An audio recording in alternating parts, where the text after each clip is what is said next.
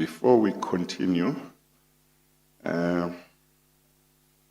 let's have a common understanding about what time we will adjourn this afternoon.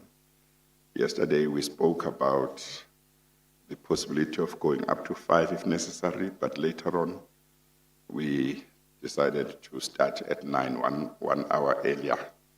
But I think we didn't have clarification whether, because we started at 9, we would stop at 4, or whether, if necessary, we could still go to 5. Maybe, Mr. President, what is your situation? I'm at your service, Yes. Chairperson. Okay. Okay, no, thank you.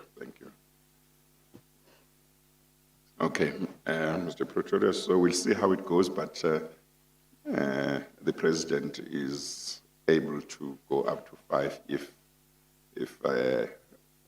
we need to. Yeah.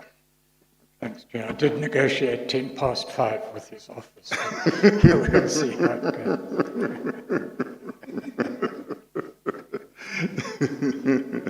No, that's all right.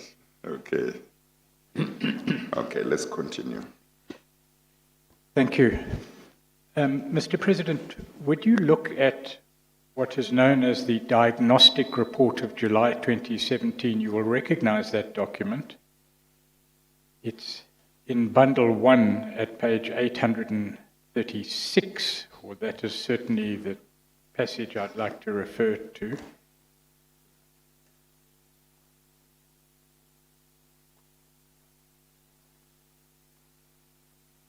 For the record, the first page of the document is on page 821.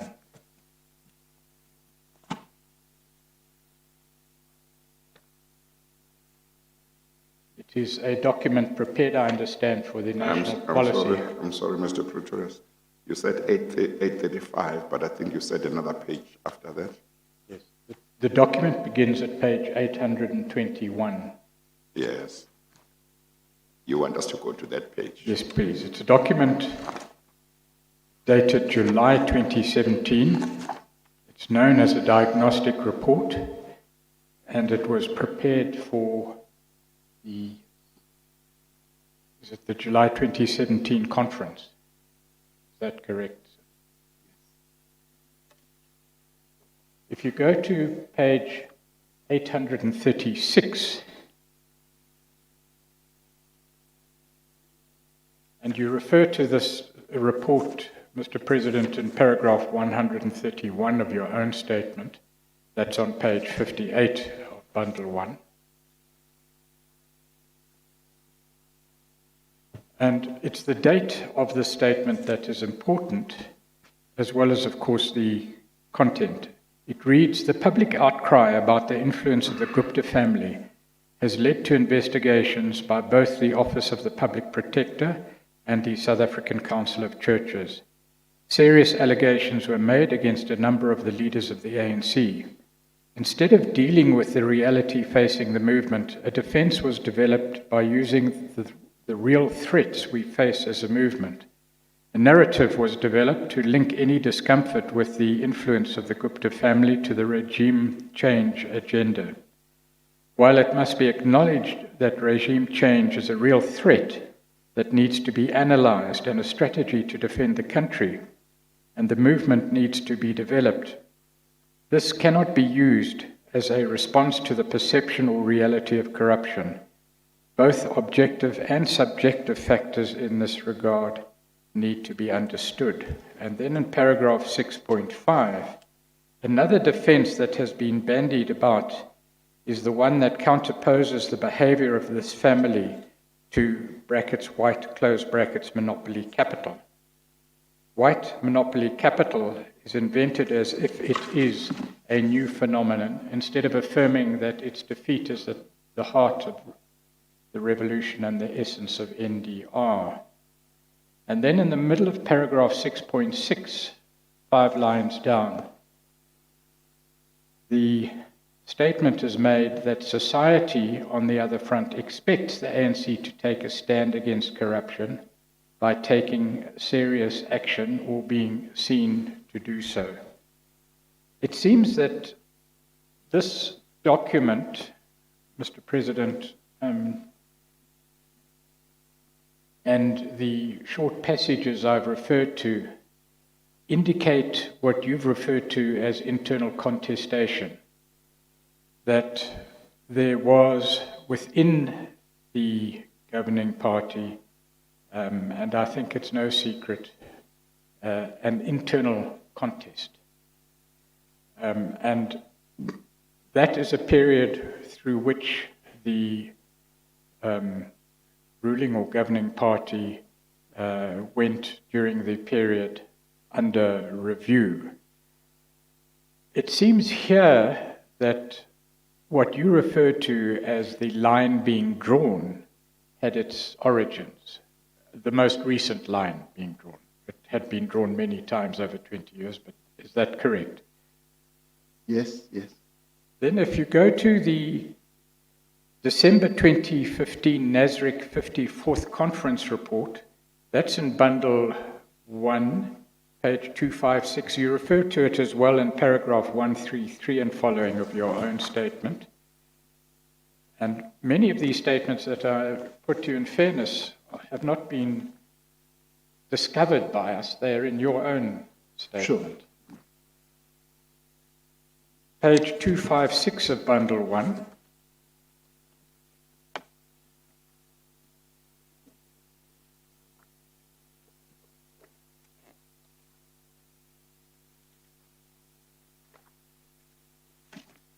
Yes.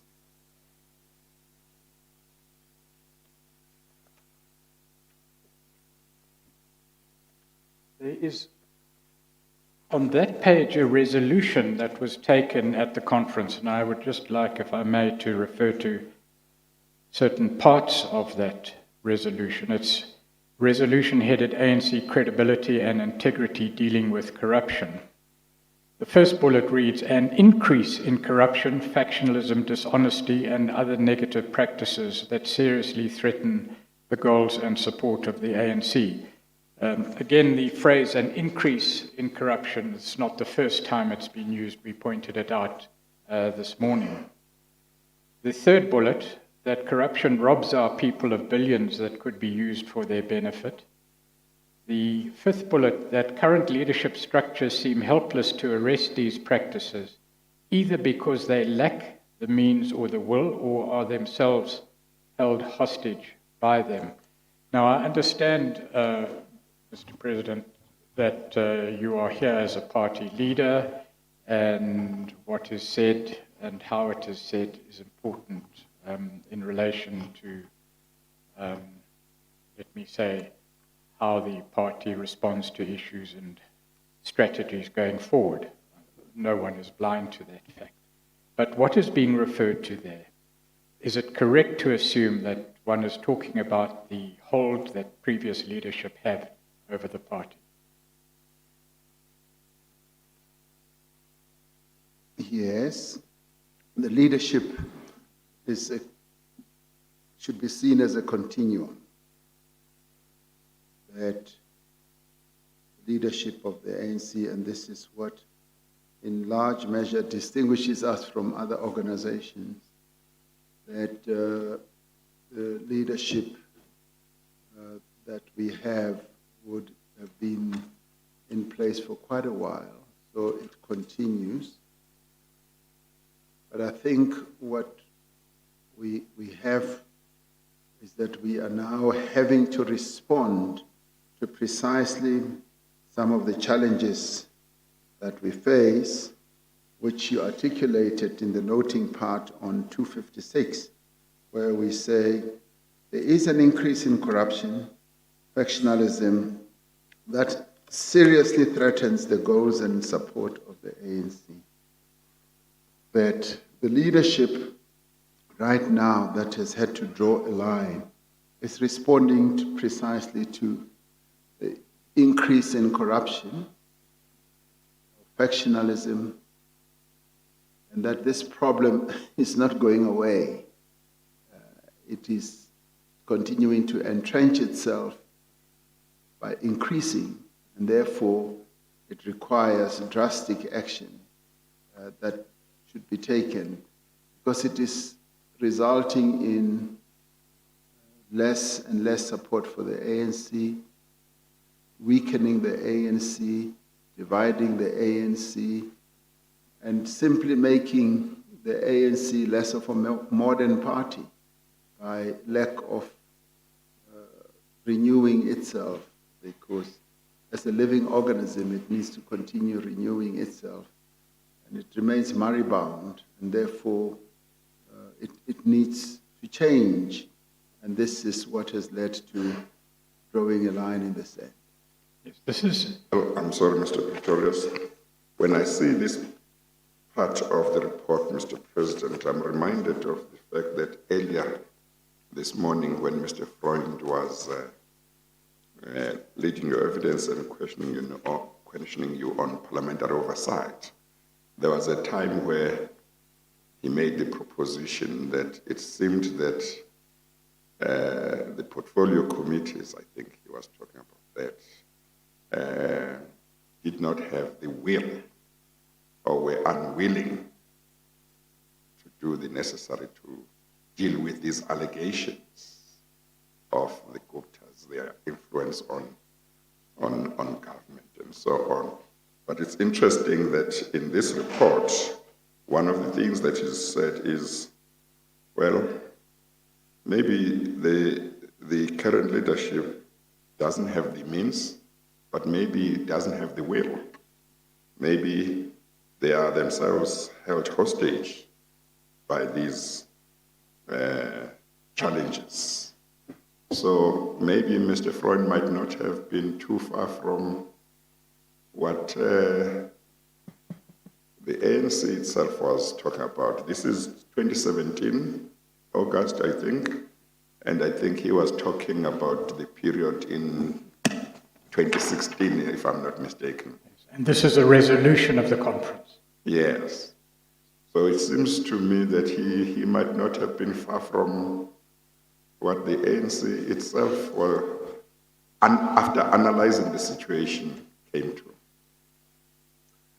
Yes, if you do read this noting part, the ANC is being very honest with itself. It's being very realistic. Yes. And it goes even further, and this is precisely what we have experienced, sadly, where it also says that at times we do things that are not according to ANC or government policy,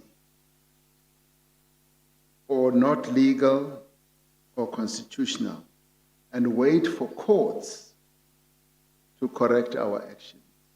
And that is the sad part that this conference was talking about.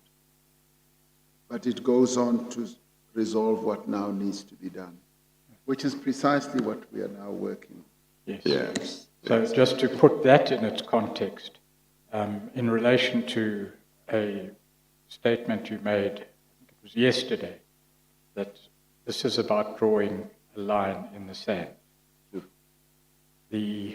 What was recognized in this resolution, on the face of it, are two things. Firstly, that corruption had increased and quite simply had become intolerable for the ANC.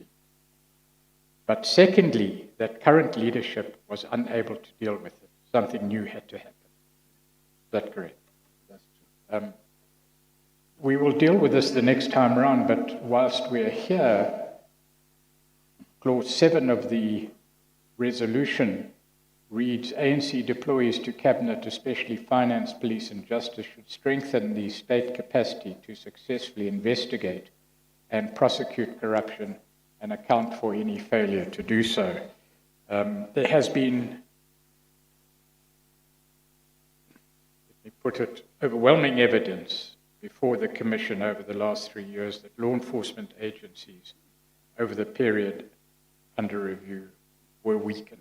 Is that fair statement? Indeed, they were weakened. but we will deal with that insofar as is necessary in the next session. Indeed. A third statement was made in January 2018, and this is again in reference to the drawing of the line. It appears in Bundle 1, page 852, and in your own statement at paragraph 143, you yourself refer to the statement. If I could ask you to turn to page 862, please.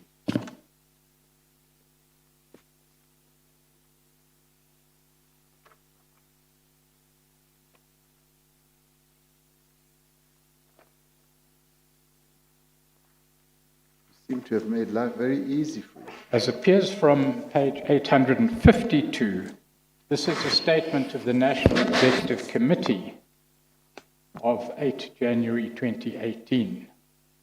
Yes. And if I could take you to page 862, please. That's where I am.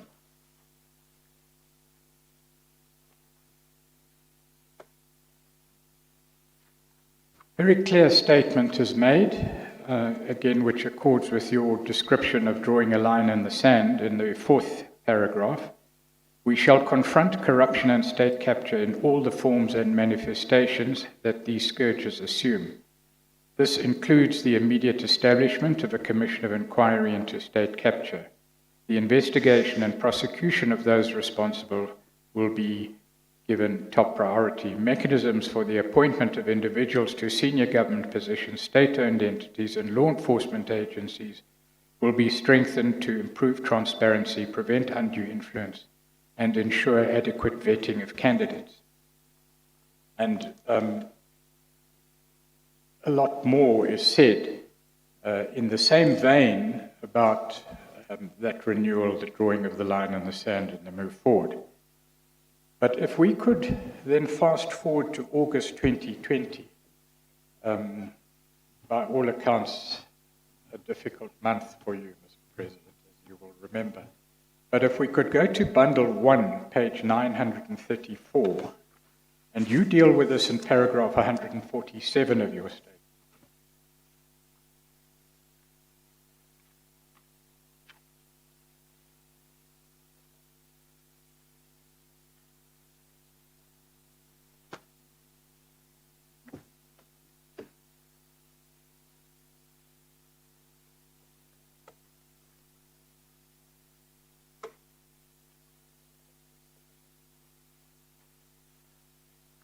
This is a statement of the NEC of August 2020.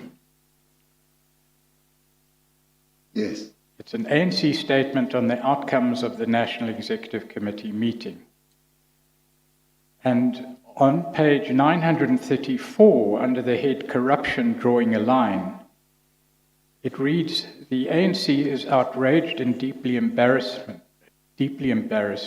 by recent allegations that some, including its own leaders and members, have sought to benefit unlawfully from the devastating suffering and impoverishment caused by the COVID-19 pandemic.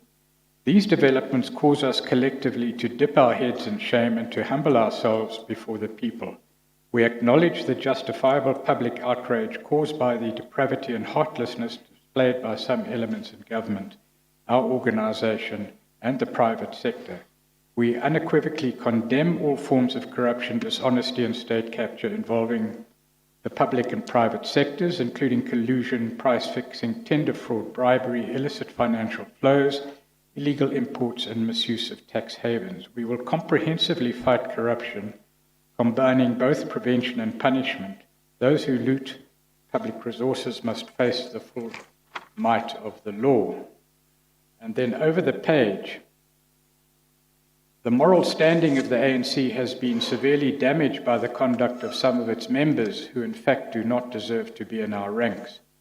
We are committed to draw a clear line, this is another drawing of the line, between our organization and those who steal from the people, thereby subverting the very essence and reason for the ANC's existence as a servant of the people. The next paragraph reads, the meeting recognized that the NEC was clearly mandated at the 54th National Conference to deal decisively with corruption and to restore the integrity and values of the ANC. This is a responsibility it cannot defer, outsource, or avoid, and that's the stage at which the term outsourcing was used as being something that could no longer be done. If I may just refer to two other statements before asking the questions that we need to. If you go to Bundle 1, page 940, this is also dealt with in your statement at paragraph 148.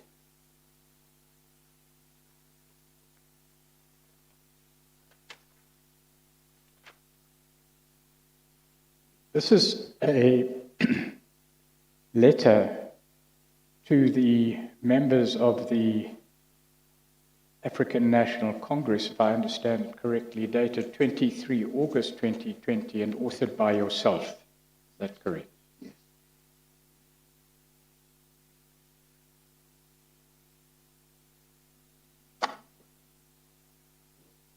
This is the well-known statement which has caused some controversy.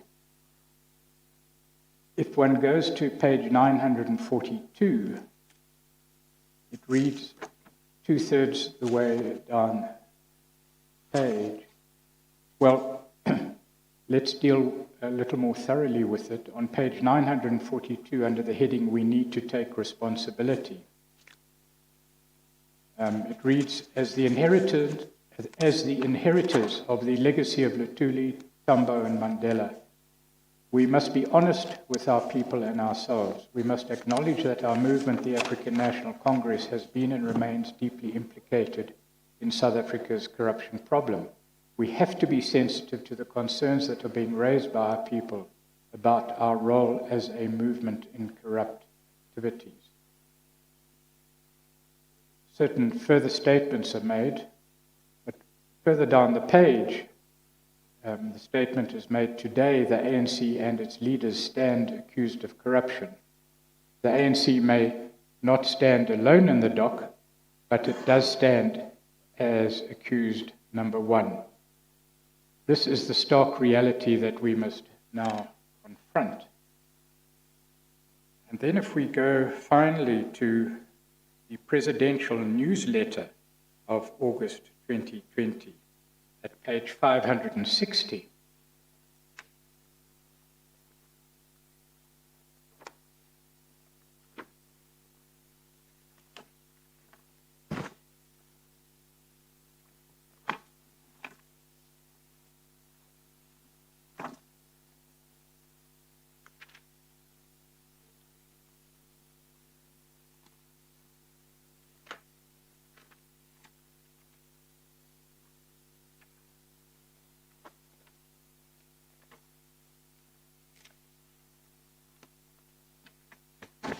Sorry, that's the wrong page. It's bundle 2, I'm afraid. I'm sorry, I misled you. Bundle 2, page 560.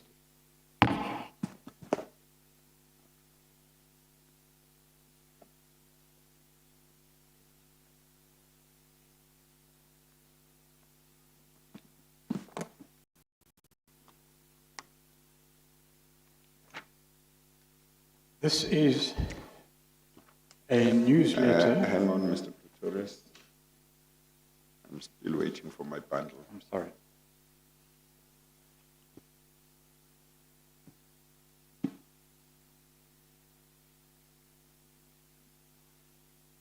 What's the page, Mr. 560. Okay, I'm there. It reads, this is a communication from yourself, Mr. President, to the nation, in your capacity as President of the nation, but it's appropriate to deal with it now. Dear fellow South African, corruption during a national disaster is a particularly heinous type of crime. and perpetrators are going to be dealt with decisively and harshly. And then a few paragraphs down before the next heading, attempting to profit from a disaster that is claiming the lives of our people every day is the action of scavengers. It is like a pack of hyenas circling wounded prey. And then an issue that I would like to raise later, Mr. President, over the page under the head multidisciplinary approach. You say experience here and in many other countries show that a multidisciplinary approach to tackling the commission of alleged criminality is needed for the fight against corruption to be successful. A broad range of investigative and prosecutorial capabilities need to be brought together under one roof. And that's one issue regarding the way forward that perhaps we can canvass later. But for the present, this is perhaps the strongest language used in a history of 20 years of identifying corruption, corrupt activities, and undertaking for the nation as a whole to deal with it decisively. In other words, and we've seen it before from 2001 and perhaps before that too, in fact before that too, many lines have been drawn in the sand. It's been drawn in the sand repeatedly. The language, particularly under your presidency, has got stronger and less equivocal. But the question remains, in 2018, the line was drawn in the sand. In 2020, the nation reads this. What is it about corruption, and how can it be explained that despite the statements, and let's accept that those statements were made in good faith and serious intent, as we must for the present, what is it about our society that in 2020 you have to say what you have to say about circling hyenas when that line has been drawn decisively so many times before over 20 years? Chairperson, I do state it quite clearly in my both opening statement and my main statement that over the period, including the period under review, there has been recognition of the malaise of corruption in the ANC.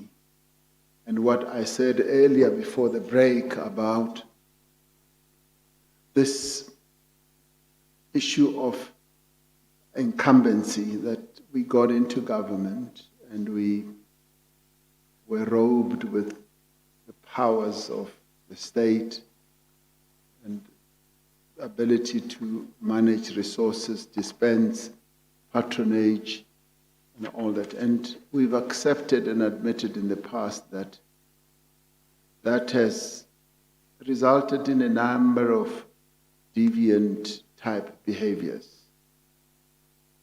And having recognized this over time, we've said we need to act against it.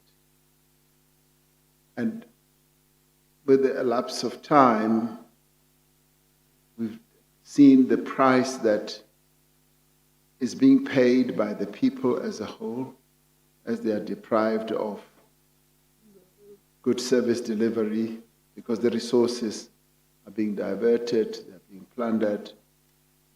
We've realized that at an economic level, it's having a dent against our economy.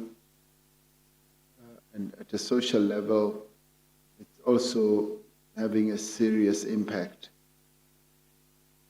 But over and above that, it's also having an impact on the ANC itself, because it results in the breakdown of party discipline, the breakdown of party morality, and the disregard of our principles.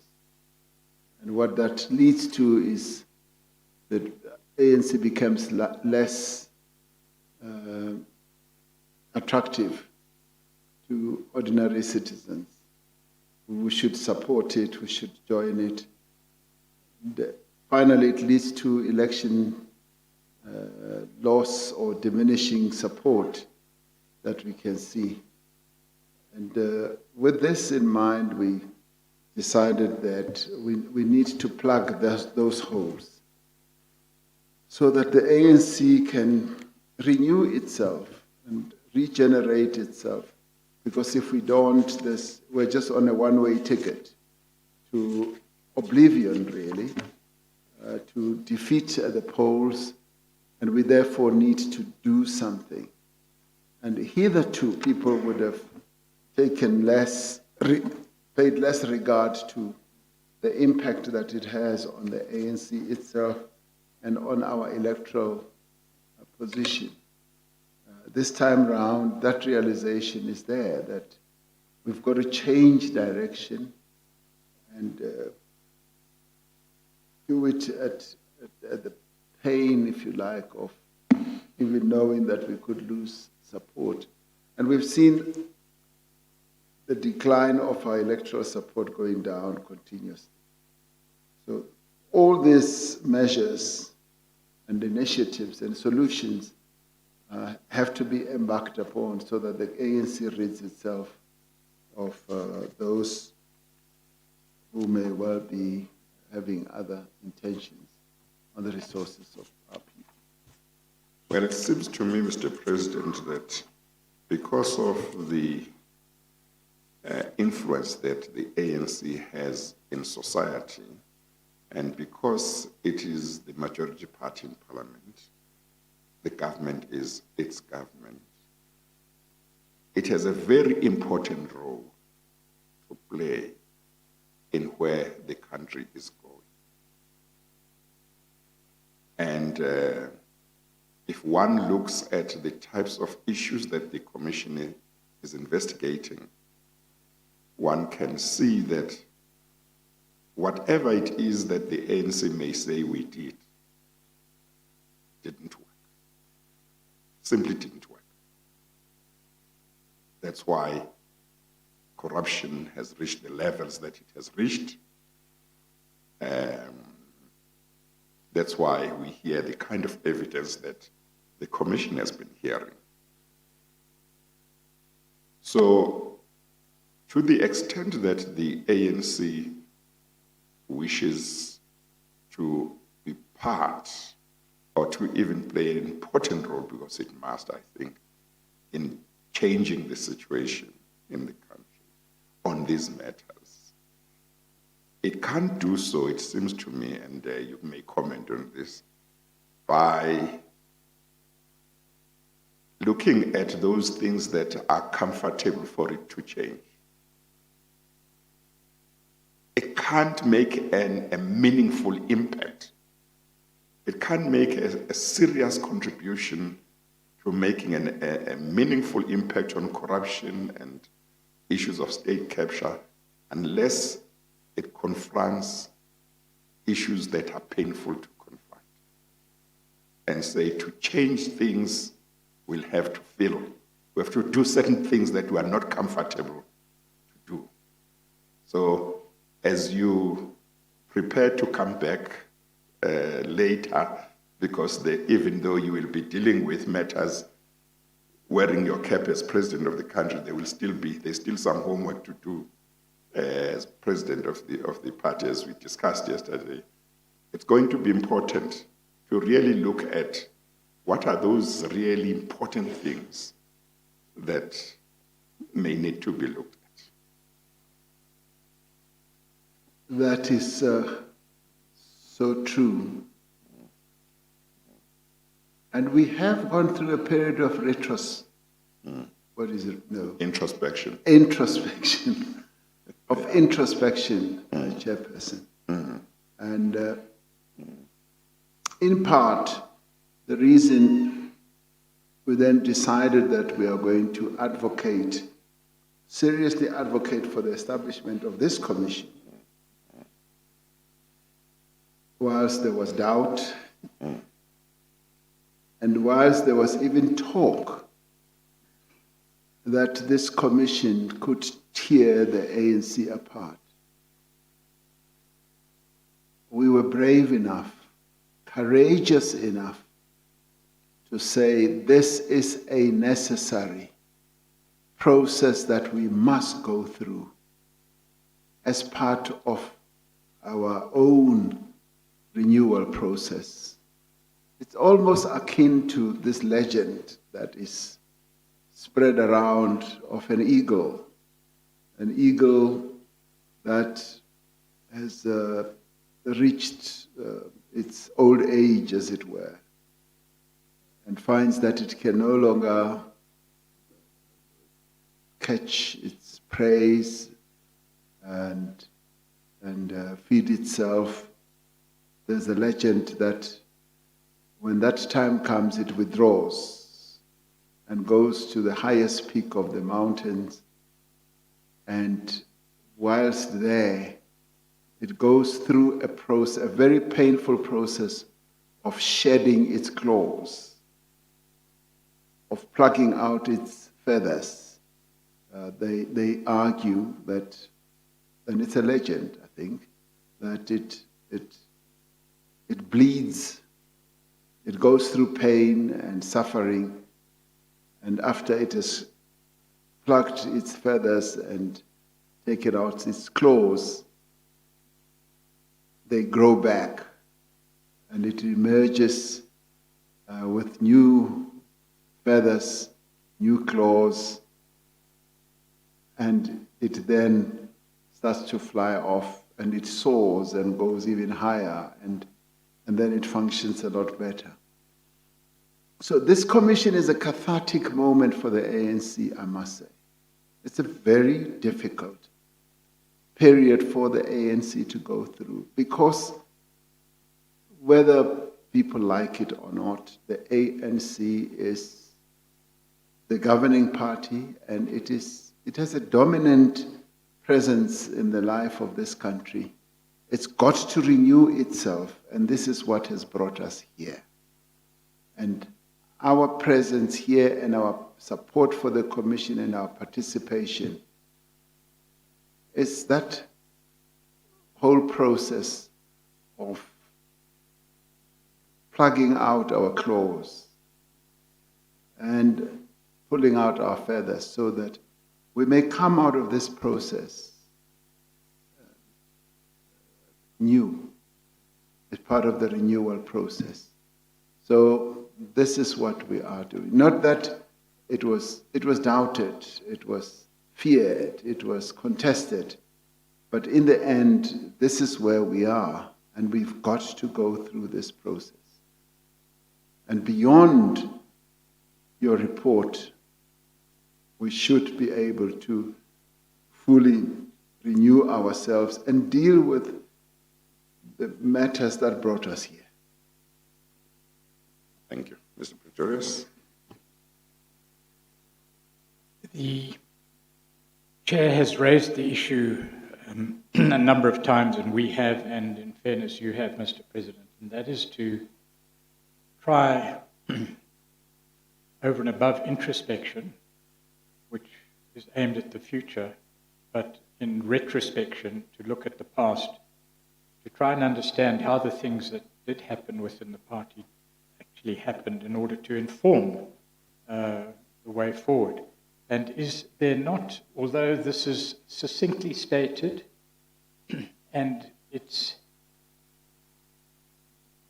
in a sense carefully stated, it's nevertheless quite clear and firm, and it's noting part of the resolution of the 54th National Conference, which says, current leadership structures seem helpless to arrest these practices, either because they lack the means or the will, or are themselves held hostage by them. In other words, the practices of corruption and state capture.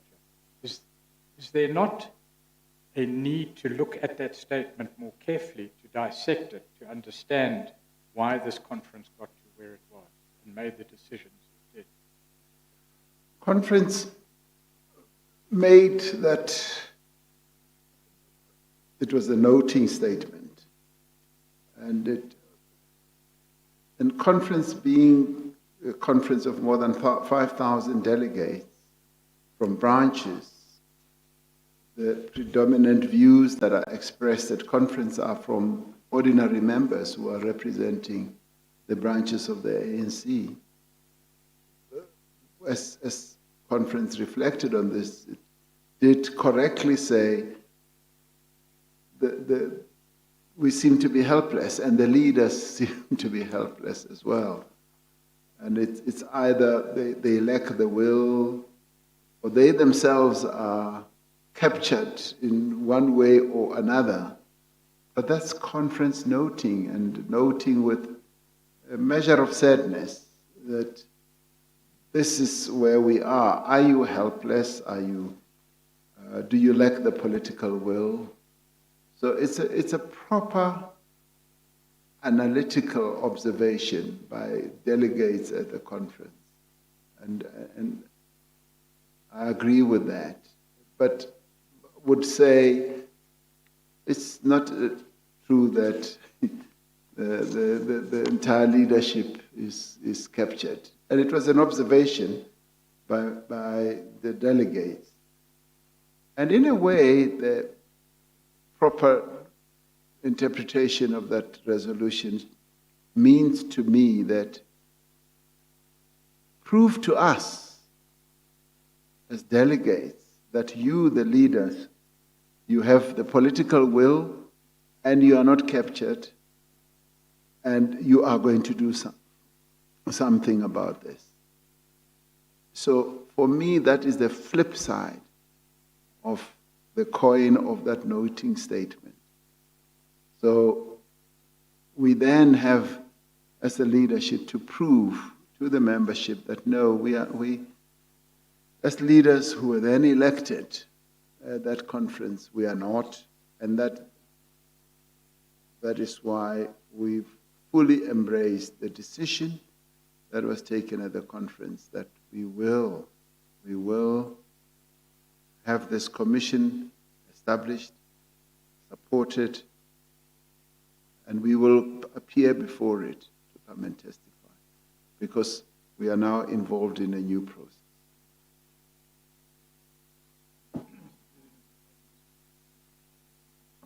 The concern remains, and perhaps it doesn't bear repeating more than once more, that this statement was made, and quite starkly made, in 2017. 3 years later, or almost 3 years later, you used the language of hyenas and accused number one in the dock. Is there a concern that the observer might legitimately have that although the will is there, the means or the achievements and the methods are not? I would argue that the contrary is true now. The will is there. We are all, for instance, the conference having taken the decision, the National Executive Committee having endorsed that decision, also as clearly exemplified through the letter that I penned to members of the ANC, particularly after the COVID procurement debacle. And the NEC endorsed the fact that we now need to draw a line. We've got to underscore what we've been saying with now action. And that is precisely where we are headed to now. Because we don't want to keep talking about this forever and in a day. We now need to be seen to be taking action. So the will is there, the political will is there unquestionably.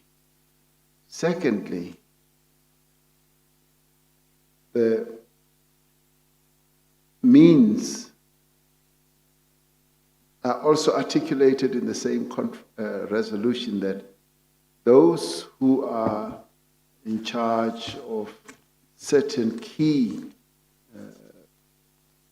organs of state, like finance, like the police and all that, must act, and which is precisely what is now happening. You referred earlier to a multidisciplinary organ or entity that should investigate and up to prosecuting criminality.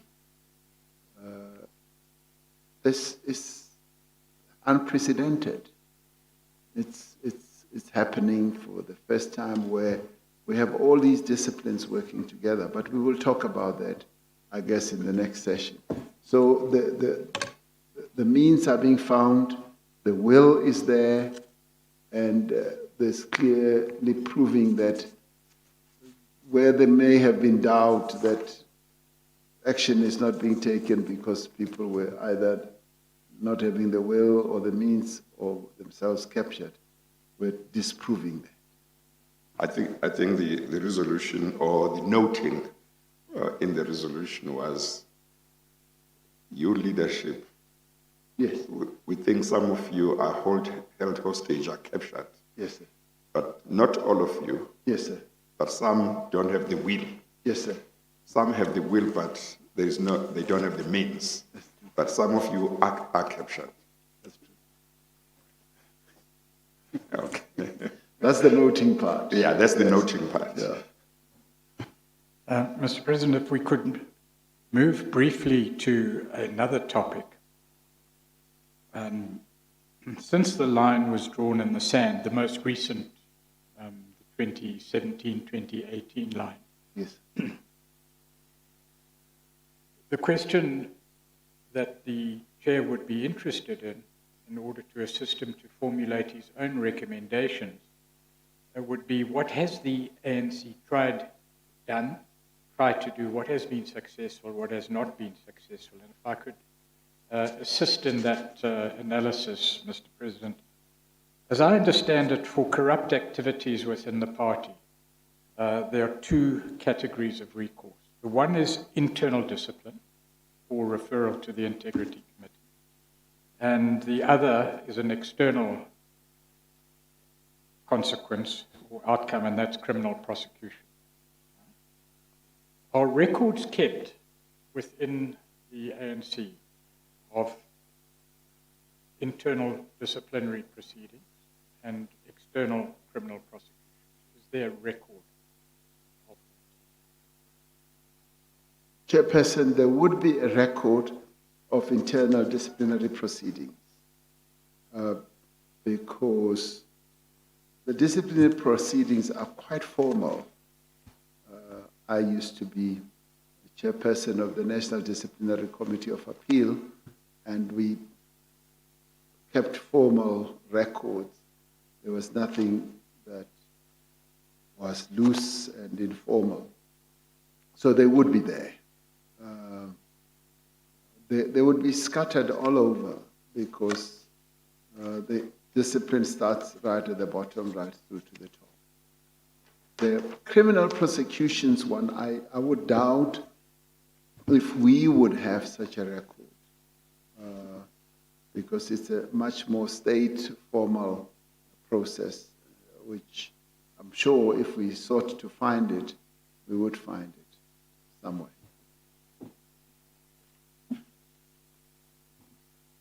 We may follow that up in due course, Mr. President, but for the moment, can I ask you please to go to page 38 of your own affidavit, paragraph 86.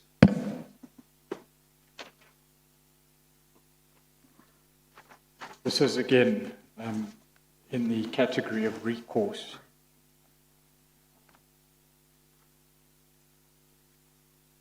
Paragraph 86 reads, a recurring challenge in the management of organizational discipline is that in certain instances, the institution of disciplinary proceedings is dependent on a conviction in a court of law. This is particularly the case with respect to offences related to corruption and fraud. This has meant that the organisation has been unable to act against members facing serious charges of financial impropriety until the completion of court processes, which can often be lengthy. Now, that statement can be understood in two senses. The first is that the ANC will only take disciplinary action once court proceedings have been concluded, or conviction in a criminal court is itself a ground for disciplinary action in terms of the ANC constitution. But whichever way it is regarded, is there any necessary logic behind the reservation that one has to wait for criminal proceedings to be concluded before internal disciplinary proceedings can take place? Should they not, as our law allows, be independently treated? Our law is quite clear that, well, at least it is now, that in internal disciplinary proceedings in voluntary organizations or companies or elsewhere, even in state institutions, there's no right to remain silent. You may remain silent, but you suffer the consequences. You can still be disciplined. I don't want to get into detail and argue the law with you, but there's no need, there's no necessary legal barrier to internal disciplinary proceedings being instituted and completed before criminal conviction. Yes, I think, Chairperson, the difficulty has always been a person is charged, and then at the same time, simultaneously, they are disciplined. They stand trial, and the disciplinary process has been done and concluded, and then they are found not guilty in the formal state, the law enforcement. Yeah. So what do you then do? Do you go back and undo? For instance, if the charge was theft in the ANC and the charge is theft in the state, what do you then do when they are found not guilty?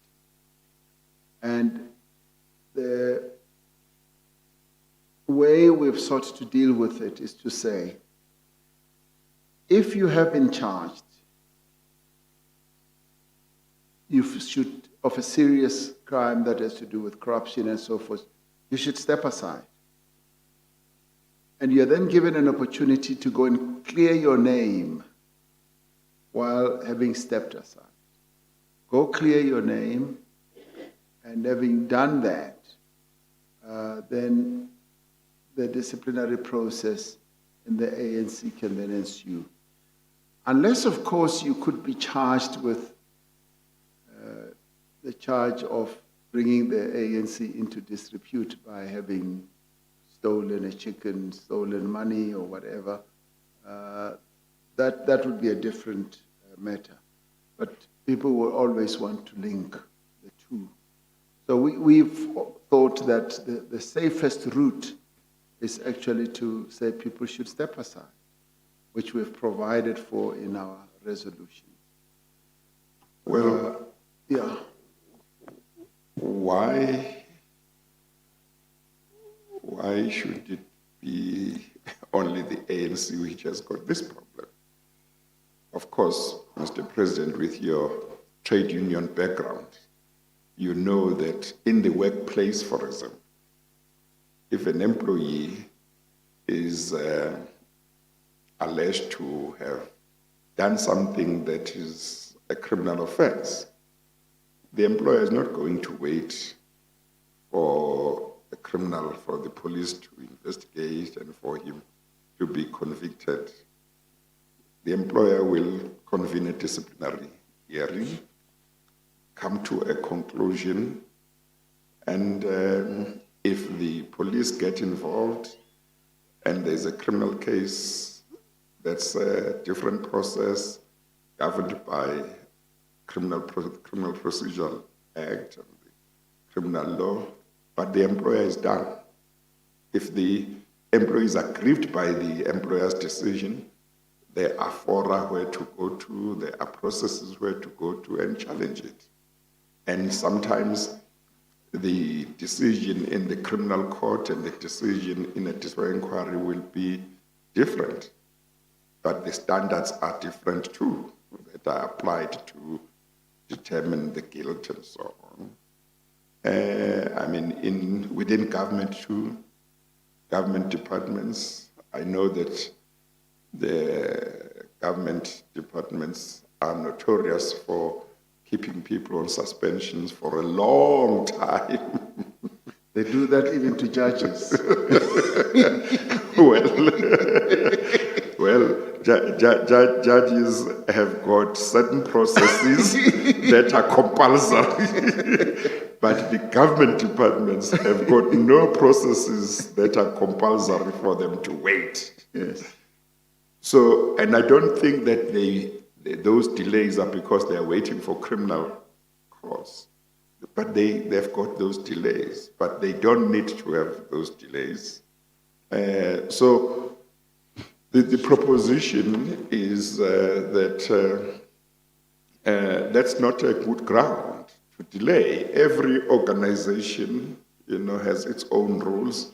You can't let somebody who you believe has done something completely unacceptable to your organization not be disciplined by the organization, because if you are going to wait until the outcome of a criminal case, which might finish in 3 years, and then there might be an appeal, which might take another 3 years, by the time that process is finished, how can you still say you are going to have a disciplinary hearing?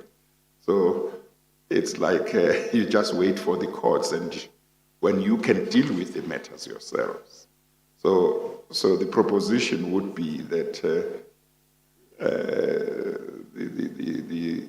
the organization would need to reconsider that, because I don't think anybody else follows that route. Well, I think, Chairperson, a political organization is very different from, say, a company and a non-governmental organization of another sort. This is an organization that is composed of very active members who take views and positions, and who, when they have a sense that they are being treated unfairly, respond. They can either go to court, disrupt your organizational processes and all that. And this is what we have thought would be fitting for us as the ANC, because it hasn't really been the practice to say, if you are charged, you must step aside. It hasn't been the practice. I know that in many organizations, including the private sector, that is the norm, that if you are charged, you immediately step aside. And some even do it voluntarily, because they fear that they will compromise the image and the integrity of the organization, so they step aside, and could also sometimes argue that, allow me space, I'll take a leave of absence to clear my name. And of course, it behoves on the organization itself whether they are going to prefer charges against that type of person. So for us, it has been a major step for the ANC to take, that when charged, you've got to step aside, and when serious allegations, you've got to go to the Integrity Commission and explain yourself. Now, this is a new way of dealing with issues that have to do with wrongdoing, and it needs space and time to be allowed. The ANC needs the space and time so that this new process, which will eventually emerge as a culture, should mature in the organization. I would argue that, suddenly changing it before it is tried and tested would lead to a lot of confusion. Hitherto, people have always argued that innocent until proven guilty, and they've always said, I stay where I am, come hell or high water, and yet it has an impact, a very negative impact on the integrity of the organization. Yeah. Mr. Pretorius. Thank you. There is a great deal of academic writing, which I'm not going to refer to. This is not an academic occasion, that says that in relation to corruption, a systemic approach should be adopted, and it's not enough simply to say, well, if someone does wrong, we must discipline or charge in a criminal court in whatever sequence. You yourself have mentioned, and the resolution at the 54th National Conference spoke about weakening of law enforcement agencies. That we can deal with if we have time next time around. Sure. But I'd like to raise it insofar as appointments and dismissals are concerned, because that is a topic we've dealt with here today and yesterday. The Constitution makes it very clear that the head of the NPA, the NDPP, National Director of Public Prosecutions, has a term of 10 years, and it has emphasized in that judgment that that's very important because it goes to the independence and security of tenure of the office. It's an interesting fact that since 1994, or since the establishment of the NPA, not one NDPP has lasted his or her full term. And you have already taken certain steps, but perhaps these should be clarified not only in relation to the NPA, but other law enforcement agencies. What steps have been taken or considered by the ANC in relation to appointments of the heads of the law enforcement agencies and their security of tenure, and how they should be selected and how they should be appointed? I'm not going to ask you to account for the evidence that has been given over a long period of time before the chair about appointments and dismissals and the period under review by the Commission, but to look at and we all understand that this is a contributing factor, as the resolution does that we've spoken to. What steps in relation to appointment have been considered? None. None have been considered. When I initiated the process of appointing the current head of the NPA, it was like uncharted territory, uncharted waters. And one did that precisely. We wanted to have a very transparent process, a process which everyone in the country would have confidence in, which would go through a number of candidates who would be interviewed by a selection committee, which I appointed at the time. It was headed by former Minister Jeff Radebe, who is well experienced and well steeped in doing this, and he helped considerably well in getting us to arrive at this point, and he was very, very scrupulous in going through the myriad of applications that we received. So that was a very good process. Whether we will do it for others is a matter that one would still need to consider. So in the ANC itself, no, it hasn't been discussed, including the tenure. And appointments to the civil service, clearly that is a matter that concerns the ANC as a party, as we've heard, but also may be dealt with through legislation and elsewhere, as you've yourself pointed out. But is there any step that can be taken to isolate appointments and dismissals from patronage politics? Or was that too general a question, to be fair at this stage? No, it isn't too general a question. We mean to put into effect what we have said, that we need to move away from the politics of patronage.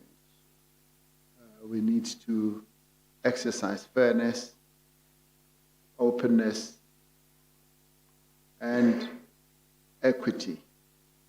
Now, those are generally accepted principles of doing things, and there's nothing wrong with approaching the appointment of people in that way. So, and that saves you from an attack on the issue of patronage, that so-and-so was appointed because they are going to be used for this and that purpose, or nepotism, and what have you. So those are principles that I would want to see observed as well. Has any consideration then arising from your answer been given to precluding party officials or government employees from doing business with the state? I think that has been mentioned. Yes, that has been mentioned, and when it comes to government officials, as clearly stated in our regulations and in our law, that it's prohibited. And you've got to declare your interests up front. And when it comes to even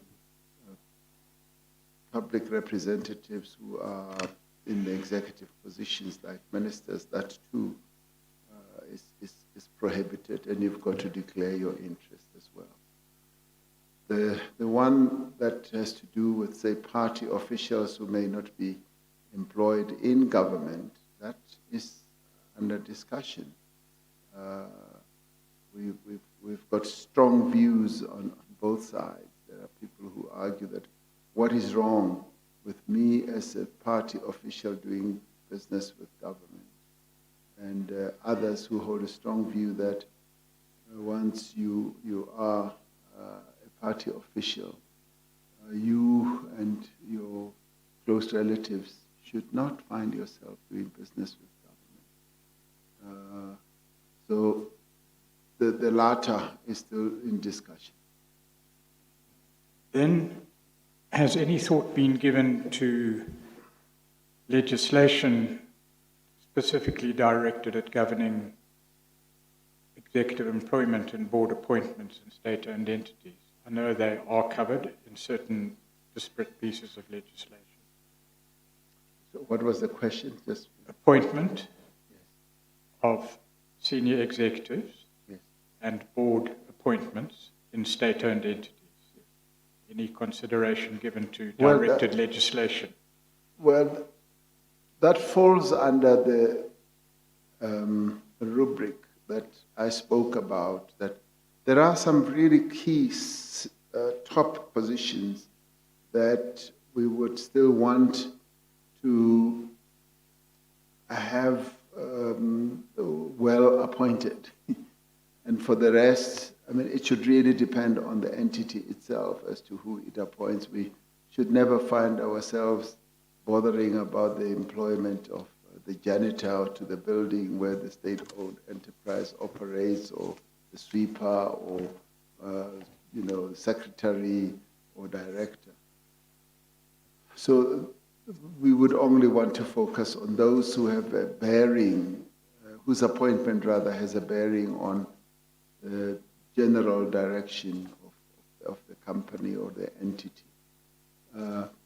With regard to legislation, and of course, I mean, any legislation that would enhance good governance, good leadership, and everything that's good should always be welcomed. And the State-Owned Enterprise Council, which is a presidential state-owned enterprise council, is seized with this matter, if I can use a colloquial term like that, and is dealing with this, and we should be able to get really good outcomes. And in fact, there are already drafts that are going to be addressing precisely this issue. The two further topics that perhaps could be dealt with in the next round, Mr. President. And the first is the draft national implementation framework towards professionalisation of the public service. Yes. I'm sure that would be of great interest to the Chair. Yes. And the second is procurement reform and what is envisaged in relation to Yes. the legislation That's that right. might, that is on the table, Yes. present. I may then move to another topic, please. It is a topic related to the party financing in a way, or the allocation of party finances. In your statement, at page, or the annexure to your statement, and the Alliance Summit Declaration at page 750 of Bundle 1, there's talk of a creature called vote buying.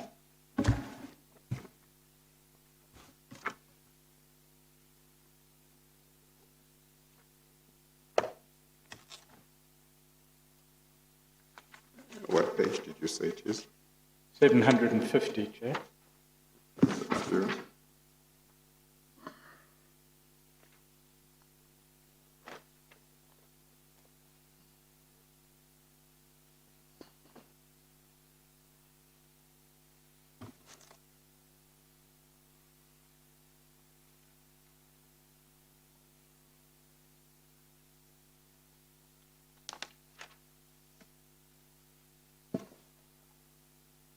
This is a statement made by the former president in 2015. He says, Which page? the statement begins at page 748. 48, yes. I want to, if I may, Mr. President, refer to page 750. Yes. The last paragraph reads, among other things, we have identified the debilitating effect of money politics. Many comrades gave concrete examples of how some of us participate in the practice of buying other comrades to vote for us. And then on page 753, the last two paragraphs read, I want to talk briefly on the challenges we are having on the membership system, especially how we have approached it as primarily a technical matter. Virtually all comrades talked about this. Comrades have talked about instances where the membership system is abused, manipulated, and subverted. We have talked about people being given money and wined and dined in exclusive hotels. In other words, comrades here know who has been given money, by whom, when, how. The question is whether we reported this to the relevant structures. What has been done about it? Does a list exist of cases that are being investigated and what progress has been made? The officials and the National Working Committee should give urgent attention to this. Now, just by way of introduction, it would be obvious to any close observer that the practice of buying votes is a very important part of the circle of patronage politics. In other words, a person is put in an important position, accumulates wealth, is able then to buy membership of the ruling party And that, if anything, I don't suppose it's a matter that could even be debated, but I'll say it anyway, that the complete distortion of the constitutional democratic political system and freedom of association and the like. But do you have any comment on that practice? Has it occurred? To what extent has it occurred? What has been done to stop that practice? Well, we have spoken about this practice of the usage of money and the usage of compromising comrades through money, vote buying, yes, even wining and dining, and just spreading money around. And when it comes to distorting our membership system, which former president speaks about here, steps have been taken to streamline our membership system so that it is not made subject to manipulation or to being hijacked by those who may want to just buy membership for others or pay membership for others. It is now digital. It's almost human-free in terms of the way it functions. It's like outside human-free. It depends on you, the member. You have to do work through your various other identity items or devices.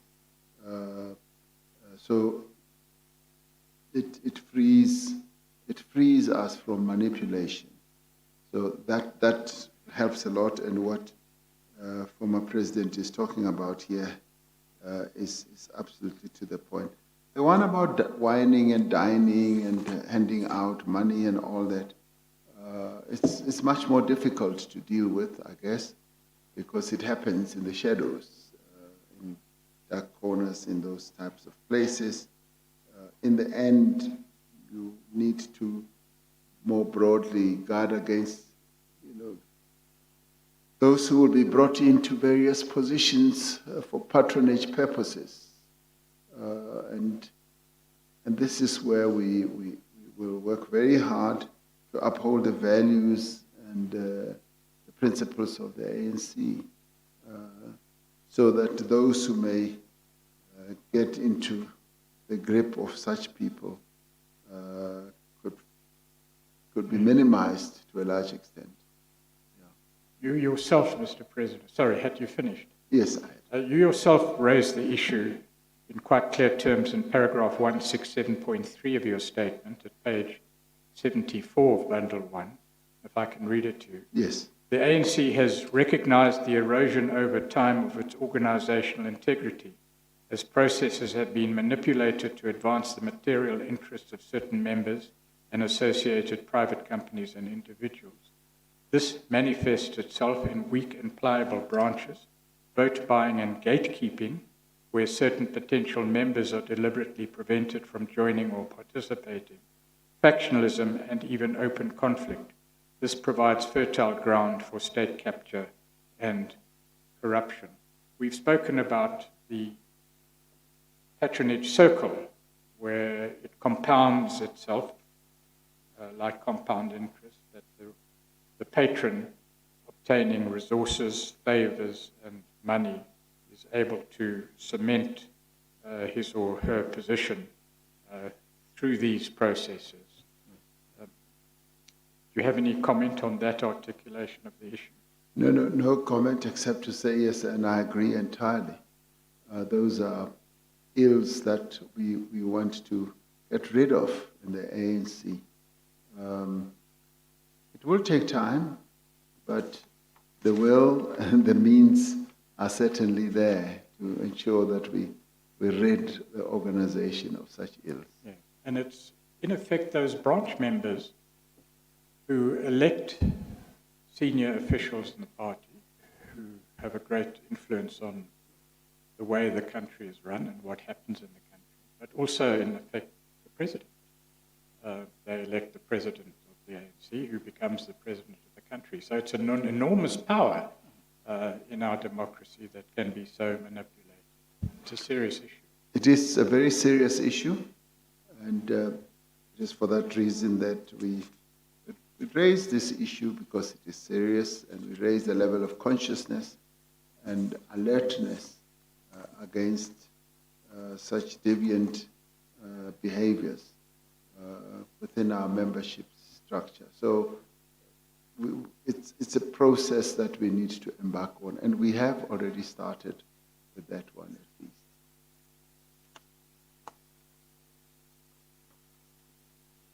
In your... Mr. Pretorius, if we are going to go up to 4, maybe we can proceed up to 4 without an adjournment. If we are going to go to 5, maybe this might be the right time for a short adjournment. Chair, It depends on I what certainly you don't think. want to be presumptuous, but Yes. I think it's for the president to... it just appears to me that it's been 2 long days, and the president should be free to say whether and when. Yes, can we go home now? With my permission, Mr. Well, maybe whatever the position is, maybe let's take a 10 minutes break, whatever, whether it's going to be 4 or whatever. Let's take a 10 minutes break. That's fine. That's fine with me. We adjourn.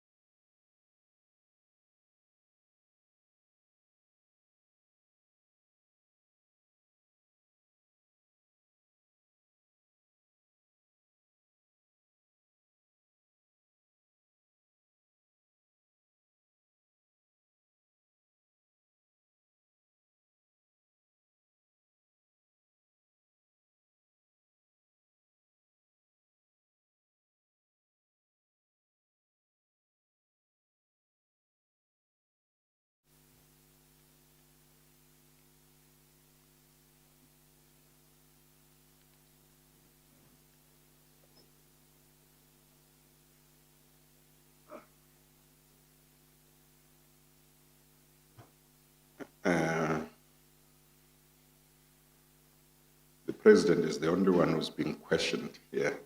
So maybe you were right to say we must find out whether he still stands where he was earlier, where he said we can go even up to 5.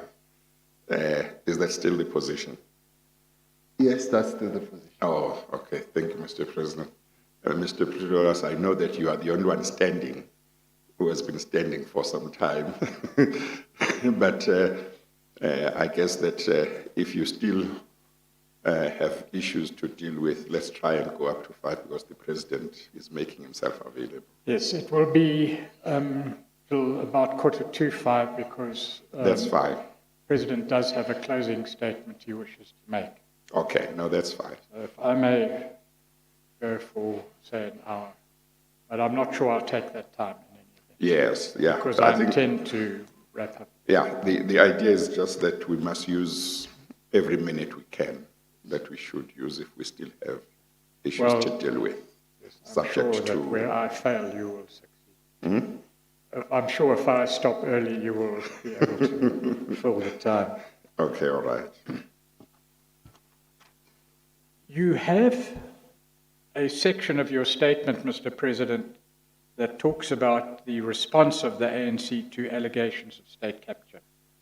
And you deal with that at paragraph 93, page 41 and following. The concept of state capture has been defined by yourself. I don't want to put words into your mouth in your statement, but how do you understand the concept of state capture? It's still something that the chair will have to deal with in the fullness of time, but perhaps you could assist him in that regard.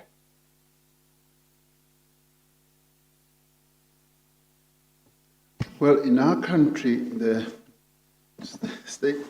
concept of state capture really it's wrapped up with corruption, and it gained prominence as we were observing how certain interests had positioned themselves to have control over, state institutions in relation to the appointment of people to them, in relation to the resources of those institutions, and also how they had ensconced themselves with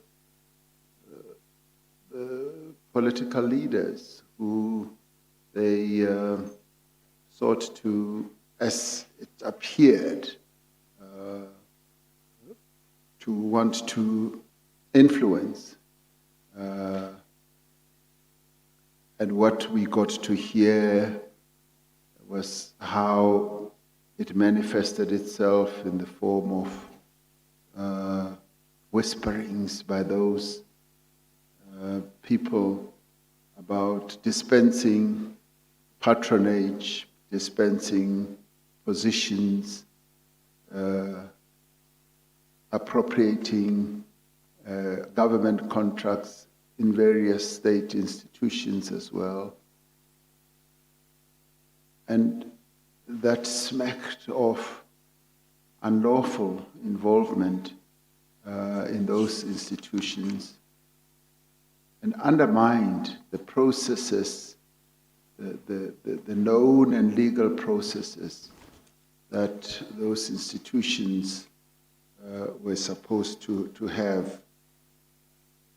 And it was represented through a family who befriended certain people in government, up to and including getting those people to claim that these are our friends, and they even underpinned what they were doing with ideological articulations that they were advancing the concept of black economic empowerment.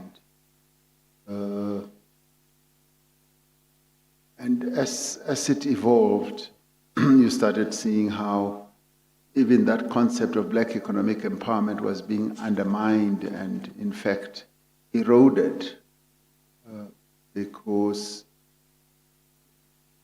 they tended also to monopolize and appropriate onto themselves nearly as many contracts as possible, and the most lucrative ones that pushed out your black economic empowerment players who, by dint of our own policies as government, we should have been placing more emphasis on, because they were previously disempowered and we needed to empower them. So the capture was multifaceted.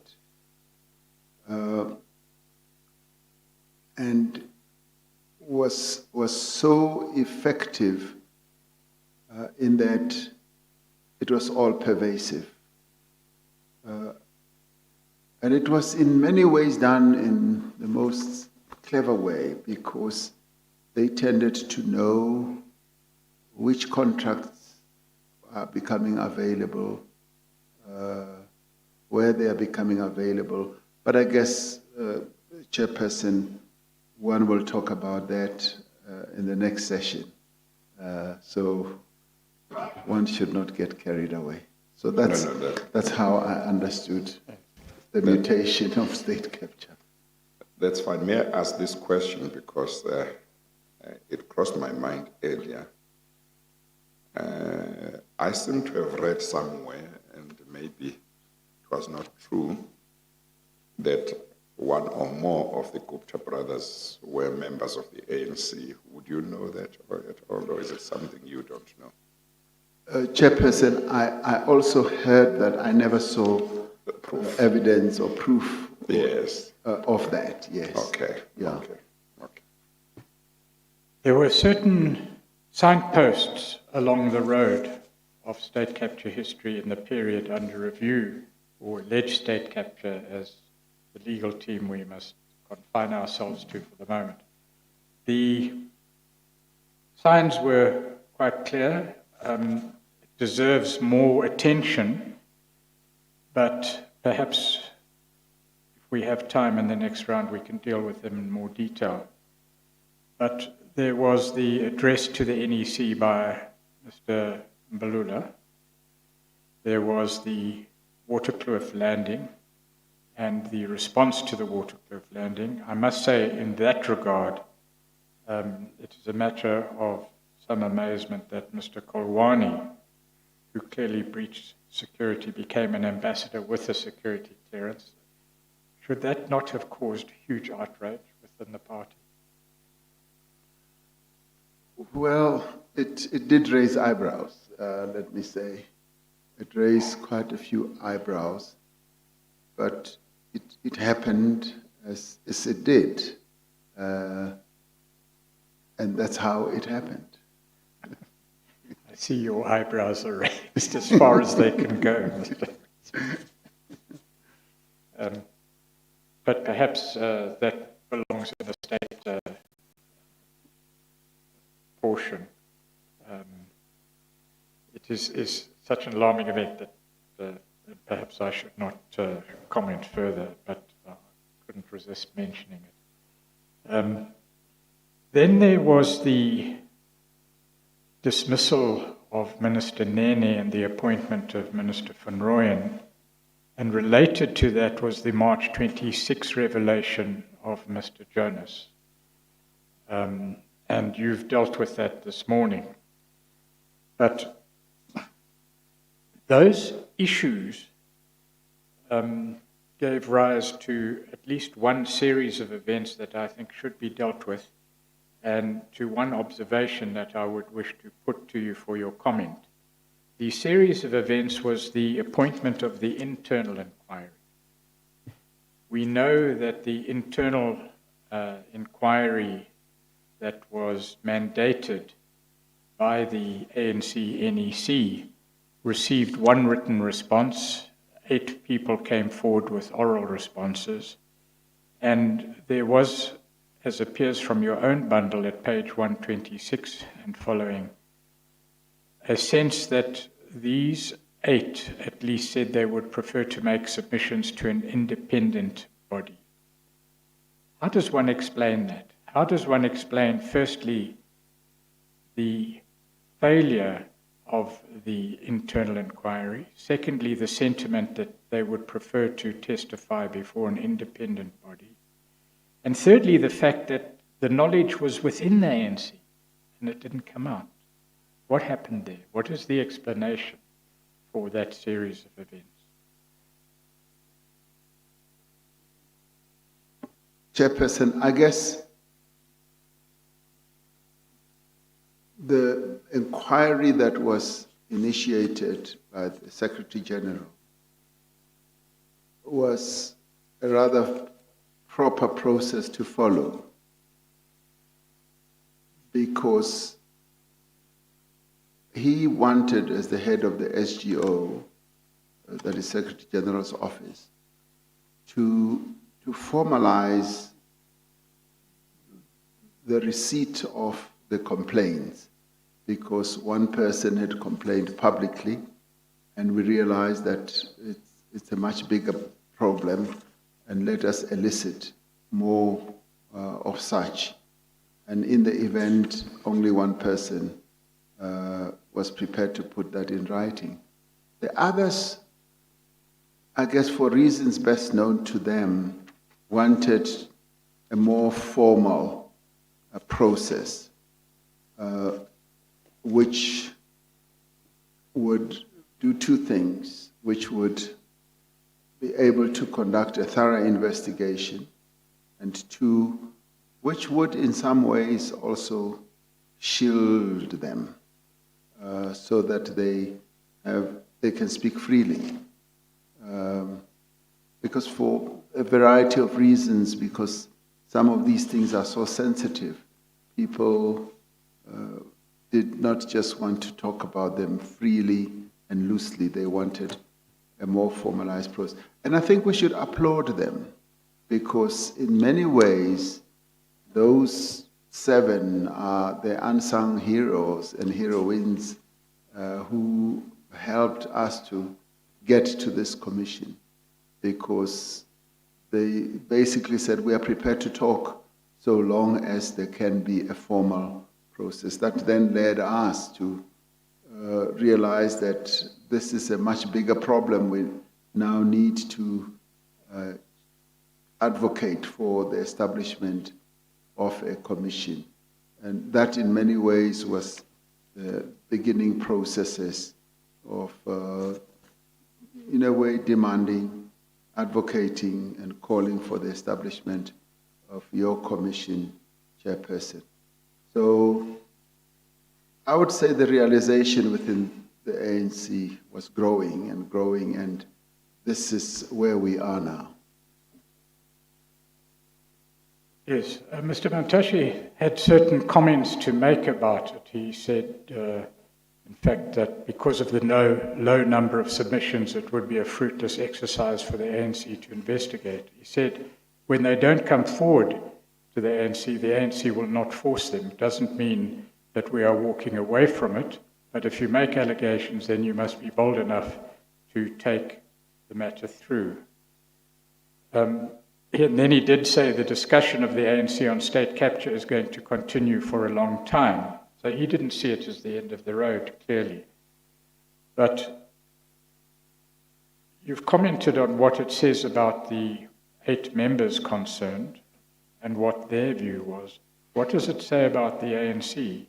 Did they trust the ANC as it was constituted at that time? And if they did not, why not?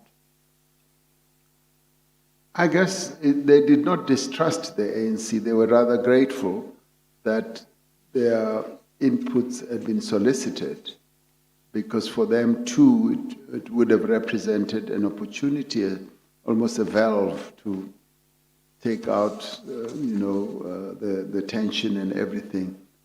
But then again, knowing the limitations of a political organization like the ANC in terms of investigating, verifying allegations and all that. They felt that a more state-sponsored or appointed entity would be better placed and would be able to add also credibility more publicly. And I think it's less about not trusting the ANC and more about wanting a formal process. But also, Mr. President, I must say that I have a feeling that there are many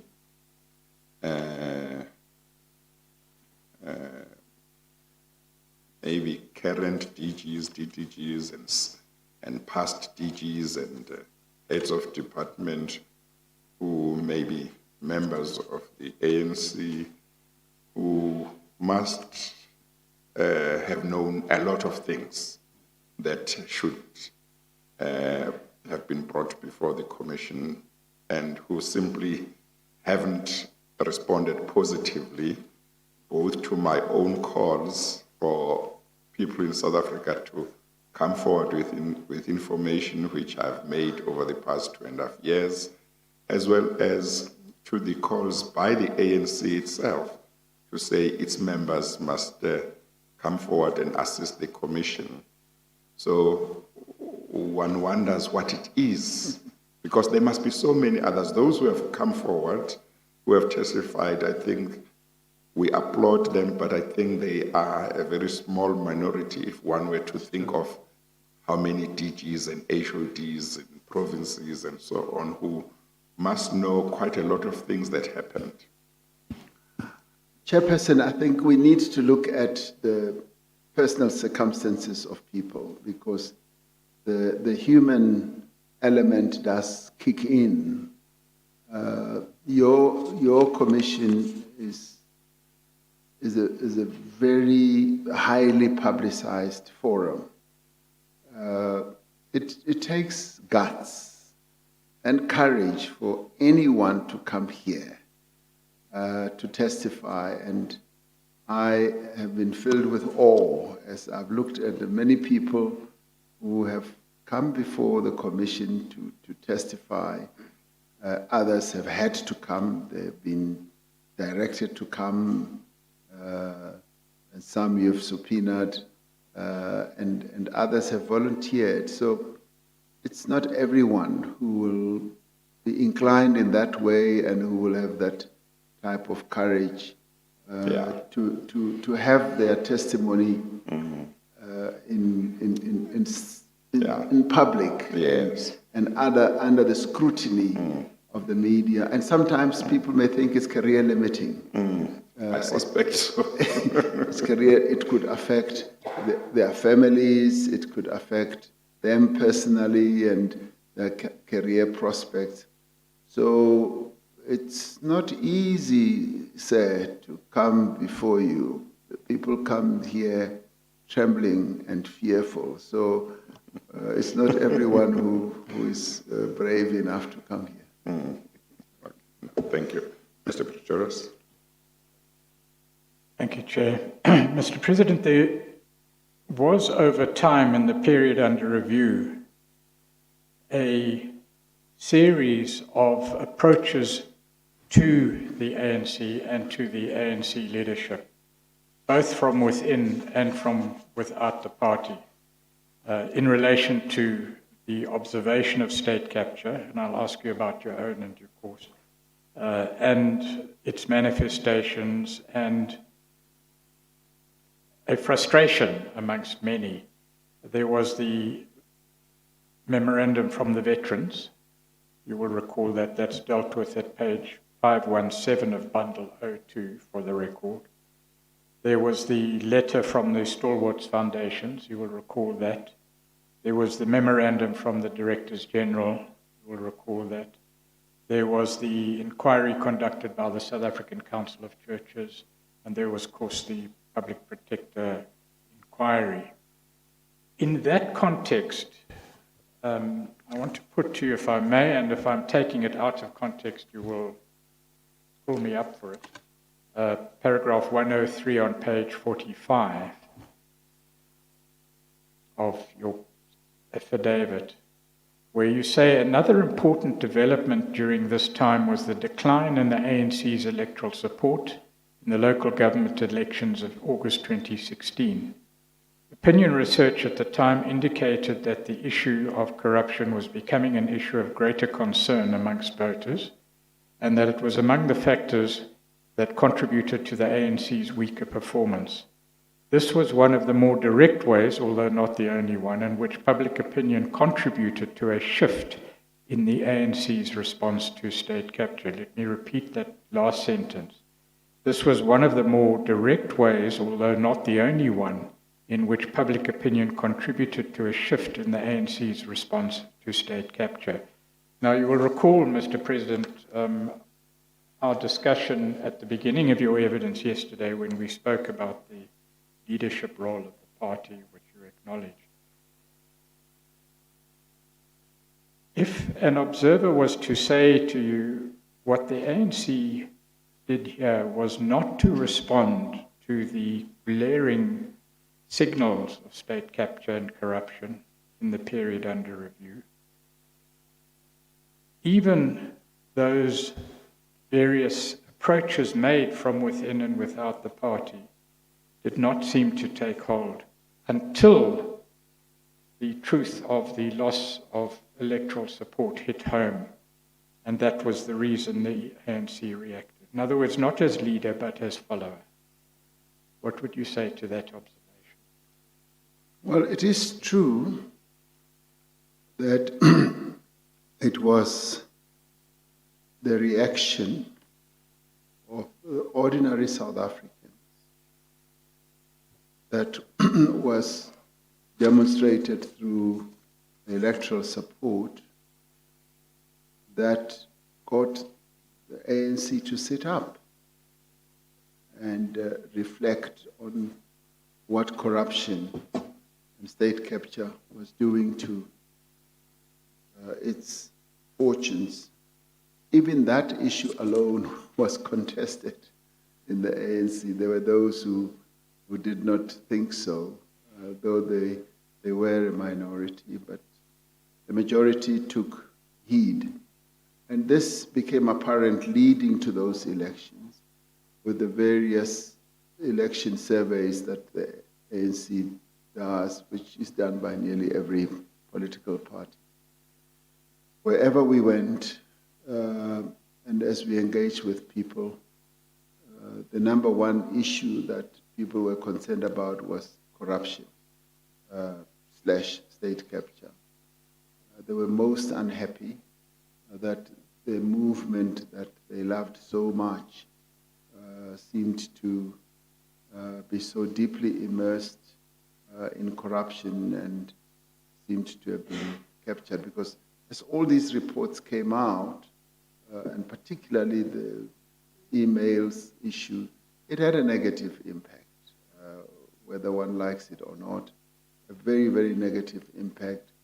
The integrity of the party, the image of the party was dented, and that was reflected in the electoral returns. So that in itself also had a huge impact on getting the ANC to then have a sense that it needed to do something, because otherwise it would just see a continued slide in its electoral fortunes. Yeah. Well, for yourself, Mr. President, what were the signposts along the road or along the way of the path of state capture that first alerted you to the existence of something much more than corruption? What was it for you that alerted you to the fact that state capture was a phenomenon that needed to be dealt with? Should I answer you on that now or when I come back as Well, President maybe of the both, Republic? perhaps a summary now, an executive summary. But if it's something you need to think about, Which is exactly what I wanted to plot out very, very clearly and carefully, because I want to look at the various markers for me that indicated where we were. And just like yesterday when I said, you asked me a very good and clear question. What is it that we believe were the indicators that things were going wrong and what should be done, which is what I will undertake to focus more attention on when I return for the next session. Yes, and if you could also consider that there were these markers and signals and approaches on the one hand, and then there were almost contemporaneously events that seemed to counter what ought to have been recognized. For example, the closure of the bank accounts and the response of the ANC cabinet and the top six to that. That's maybe a matter that could be dealt with. But if one looks at a timeline of warning signals and actions taken and not actions not taken, and look actually at what was happening within government at the time, there is a call for an explanation which would take me, and happy to wait for the fuller explanation, because after all, the reason you've given 2 days of your time so far, Mr. President, is to give a full explanation, a considered explanation, and that's obviously understandable. Let me say the issue that you've raised, what were the markers for me, is contained in my statement, which you haven't seen yet. You've just seen the headlines, the contents. The full statement is still going to be handed in, and it will deal with that. It's not a question of avoidance now. It's a question of seeking to do it systematically. So that I don't do it on a piecemeal basis. No, that's fine. By way of summary, there are two issues that I'd like to deal with. One is a summary on deployment, just to put very clearly where the Commission and the legal team stands on the evidence. The other is to outline, by way of summary, what we discussed earlier, that it seems clear that there's an acknowledgement by yourself on behalf of the party, Mr. President, that there's no doubt, this is in the evidence that you've put up, that corruption and state capture to a serious degree is acknowledged. No question about that issue.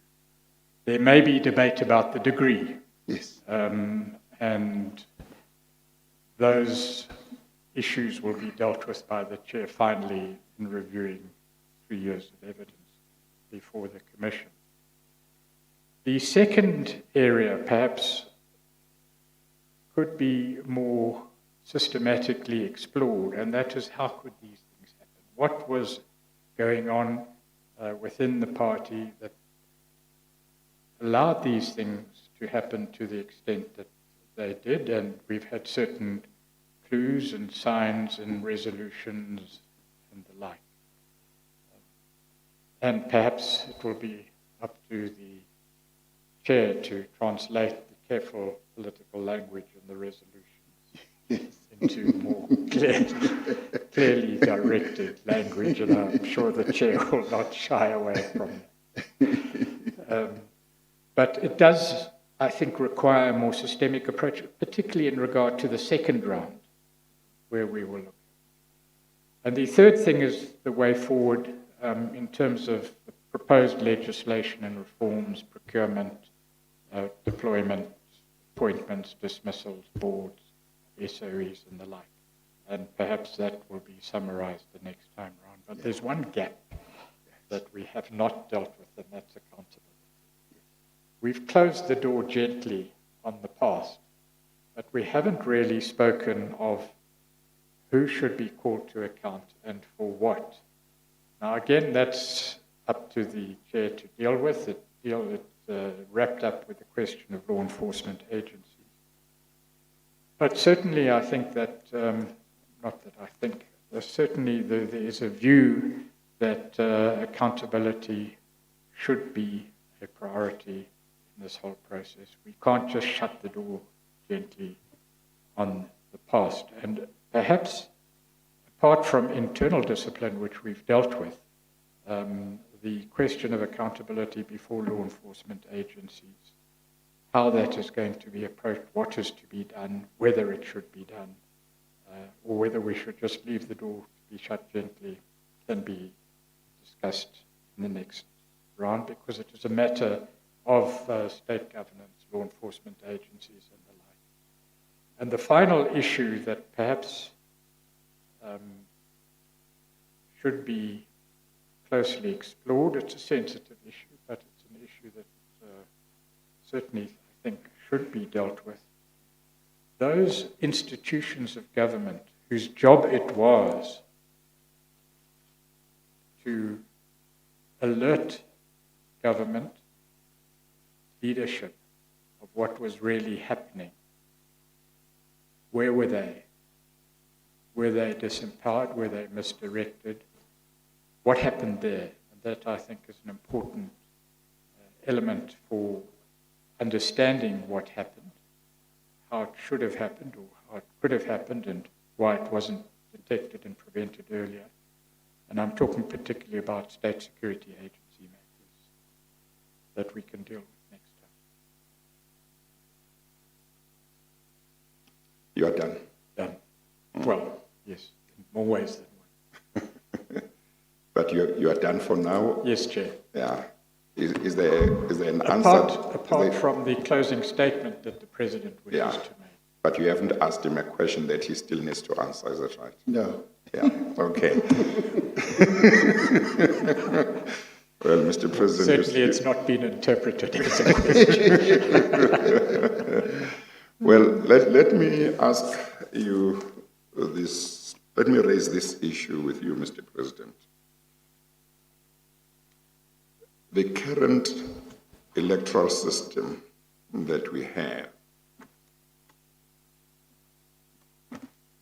doesn't give the people, the voters, the right to choose, to elect their president. That's the president of the country. It allows each political party that is taking part in elections to put up its own candidate, and the voters the voters know that if I vote for this party, this will be this candidate, or their candidate will be the president. Now, I can't remember whether there is a requirement legally that each party must indicate who its presidential candidate is at the time of campaigning or not. Probably it can change, I'm not sure. But basically the voters don't elect the president. They vote for a party, and effectively the majority party in parliament after the elections will get their own candidate to be voted as president. Now, what do you say to the proposition that that system puts at least some voters in a predicament if the party that they would like to vote for and that they love puts up a candidate that they consider to be unsuitable to be president. Because they can't say, I'm voting for the party, but not for this person. If they vote for the party, they are taken to have voted for that candidate. And yet they know they don't want this candidate because they don't think the candidate is suitable. But that is the system as it stands. What would you say to the proposition that consideration should be given to changing that part of the system at least, to enable the president of the country to be voted directly by the voters, so that the system would be, if I want to vote for this party, but I don't want their candidate because I think they've made a wrong choice, but I see somebody else who is a good candidate, I can vote for that person. I'm not tied to either this party that I like or nothing. So in other words, you give the power to the people to that extent. Obviously, each party could still say, so-and-so is our candidate, presidential candidate. But when you come to the actual voting, a vote for the party is not necessarily a vote for that candidate. You can vote separately. And in that way, the president of the country comes directly from being voted by the people.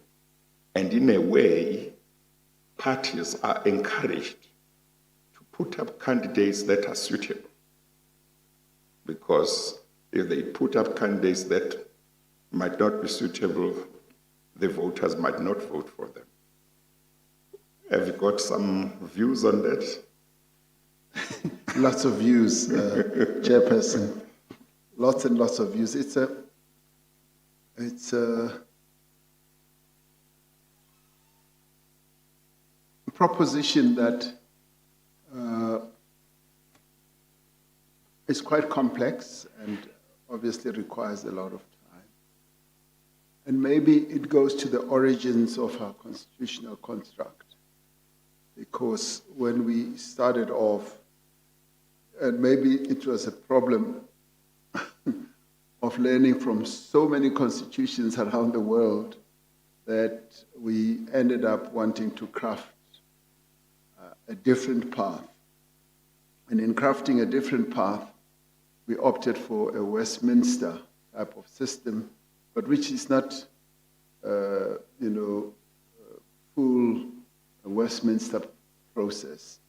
Because with Westminster, it is party-based, but it is also constituency-based, which is what obtains in, say, Lesotho, which is pure Westminster, which is what obtains in the UK.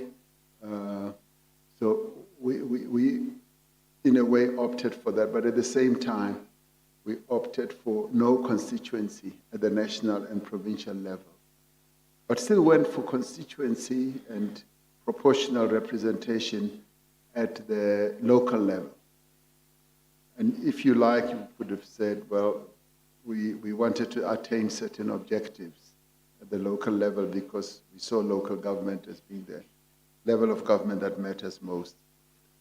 But at the national level, what we were seeking to achieve was the unity of the nation. We didn't want to go for pure Westminster, which would be based on winner takes all. Because if we had done that, we feared that a dominant party like the ANC would take too many seats, and he would remain with too few parties, or maybe a two-party system, as they have largely in a country like the UK. We wanted more representation. Even smaller parties should feel that they are represented in the parliament of the people. When it comes to the point that you are raising, which is the election of the president, I could say that we are possibly the one odd out on our continent, because many countries on the African continent, and indeed many other countries around the world, do have a presidential system where people vote for a president, at the same time vote for the party. And then it, in some places, cascades further down to a constituency system, and sometimes a mixed system. Now, we didn't consider that. We rather opted for a system where the party would be the one to be voted for through a proportional voting system, and that even if it's not written in any regulation or law, it is presumed, and that is what has evolved through practice, that every party that will be running for elections will nominate the face of the campaign, who, if they win, would presumably become the number one, or the sort of be the president. Now, clearly in our system, when people vote, they would know, and in the ANC constitution and systems has been written clearly that the president of the ANC becomes the face of the campaign. So ANC members, and I would say supporters, would know that the ANC president automatically becomes the candidate for the party. So that is known, but it is not part of the national constitutional system. So what you are saying clearly is obviously a matter that we've never really subjected to debate within the ANC, and largely because we've never really seen the need for it, because when we go to the polls, it is known who is going to be the face of the campaign, as well as when we do win, who becomes the president. Now, I suppose what you are saying is based on the ability of the populace to either recall in one form, shape, or other, and they would only be able to recall through another vote, another national vote, I presume,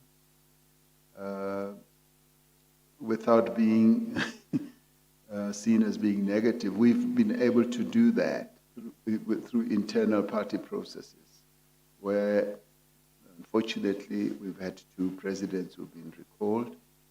So I think it's a matter that can be discussed, and one would need to demonstrate its attractiveness.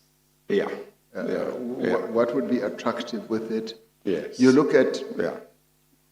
but let me, for one more minute, you look at, for instance, a pure presidential system, as I would say operates in a few countries, and the United States for me stands out, where a president basically without so much party, full party support,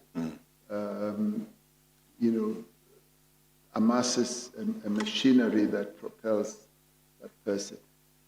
And then they then start acting as lone rangers, as it were, on a whole number of things.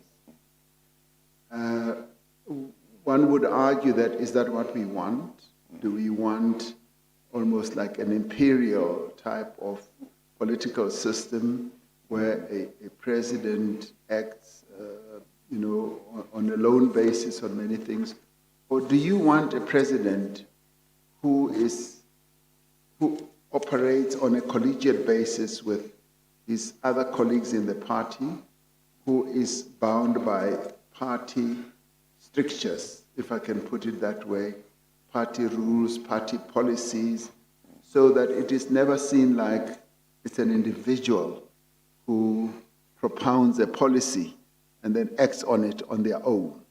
And yet, in the system that we have, you will hardly ever find, I would talk to the ANC, an ANC president who would just wake up one morning and just say, we're going to build a wall from here to Bridge, without having discussed it in the party.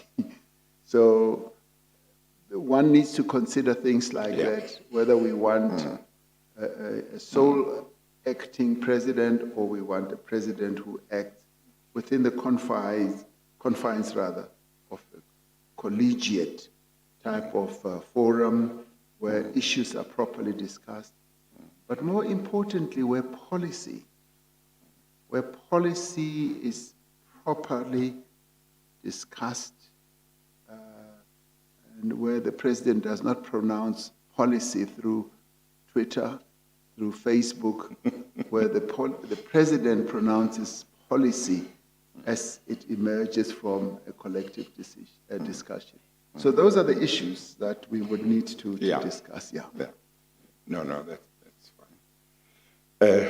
I now give you, Mr. Pretorius, do you want to say something? There is perhaps one thing I should mention. In fact, I intended to mention it, and that was in relation to cadre deployment, that the topic is still live, Mr. President.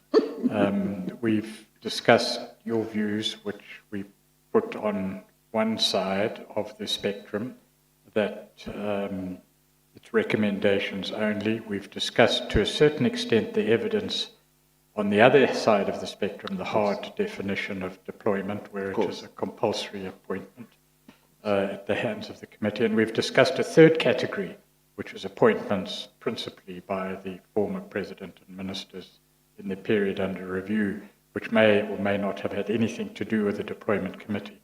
There will be evidence that deals with the issues of appointments, particularly to state institutions like the National Prosecuting Authority, law enforcement agencies, as well as the state-owned entities in which the issue will be canvassed further. And after that, there may be some issues to raise concerning whether the deployment committee should continue to exist, but that's a party decision, it's not our decision. If so, the form of regulation that might exist, which might be within the province of the chair. Okay, Mr. Pretorius, there are two matters that have crossed my mind, which the president needs to be asked questions on at some stage or another. The one relates to a matter that could have been dealt with while he was appearing as president of the ANC, but he can be asked next time because there are other matters relating to the party that he will still deal with when he comes back. The other one falls under the session where he will be appearing as president of the country. The one is a matter which was raised by,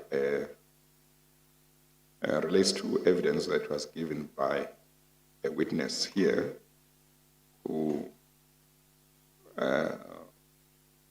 complained that the president, while he was deputy president, gave an instruction to an SOE that affected his employment in the SOE. So that clearly falls under the next session because that relates to government. The other one relates to, as I see it, at least in part, when he was was not in government yet, and that's where a witness alleged that he was chairperson of a certain company at a certain time, and maybe should not have played a certain role after he went into government. Yeah. So they will have to be dealt with in the next session. Indeed. So I just thought to... That is planned to be dealt with Yeah. by one of the SOE evidence leaders. Yeah, no, the one clearly falls under the next session, but the other one could be said to fall under when he appears as president of the party, but can be dealt with the next time because there are matters that fall under party that will still be dealt with. Yes, Chair, and there is one other matter that relates to the question that the President is going to consider, and that's the warning signs along the path. Yeah. And that relates to the President's affidavit filed with the Commission in 2019. Yes, yeah. And that will be raised then. Yeah, no, that's fine. Mr. President, I now give you the opportunity to make the statement that you wish to make. No, thank you, Chairperson. It's really a statement to say thank you to the Commission. But maybe before doing so, I would just like to take a moment to reflect on one matter. It's about the passing away of the first mayor or executive mayor of Johannesburg, who served the city from this building here. He passed away a few days ago at the age of 89, and that was Mr. Isaac Mohase. And I do so to pay respects, my respect to him, to his memory as the first mayor of Johannesburg, and the fact that we are meeting here in a room where he worked.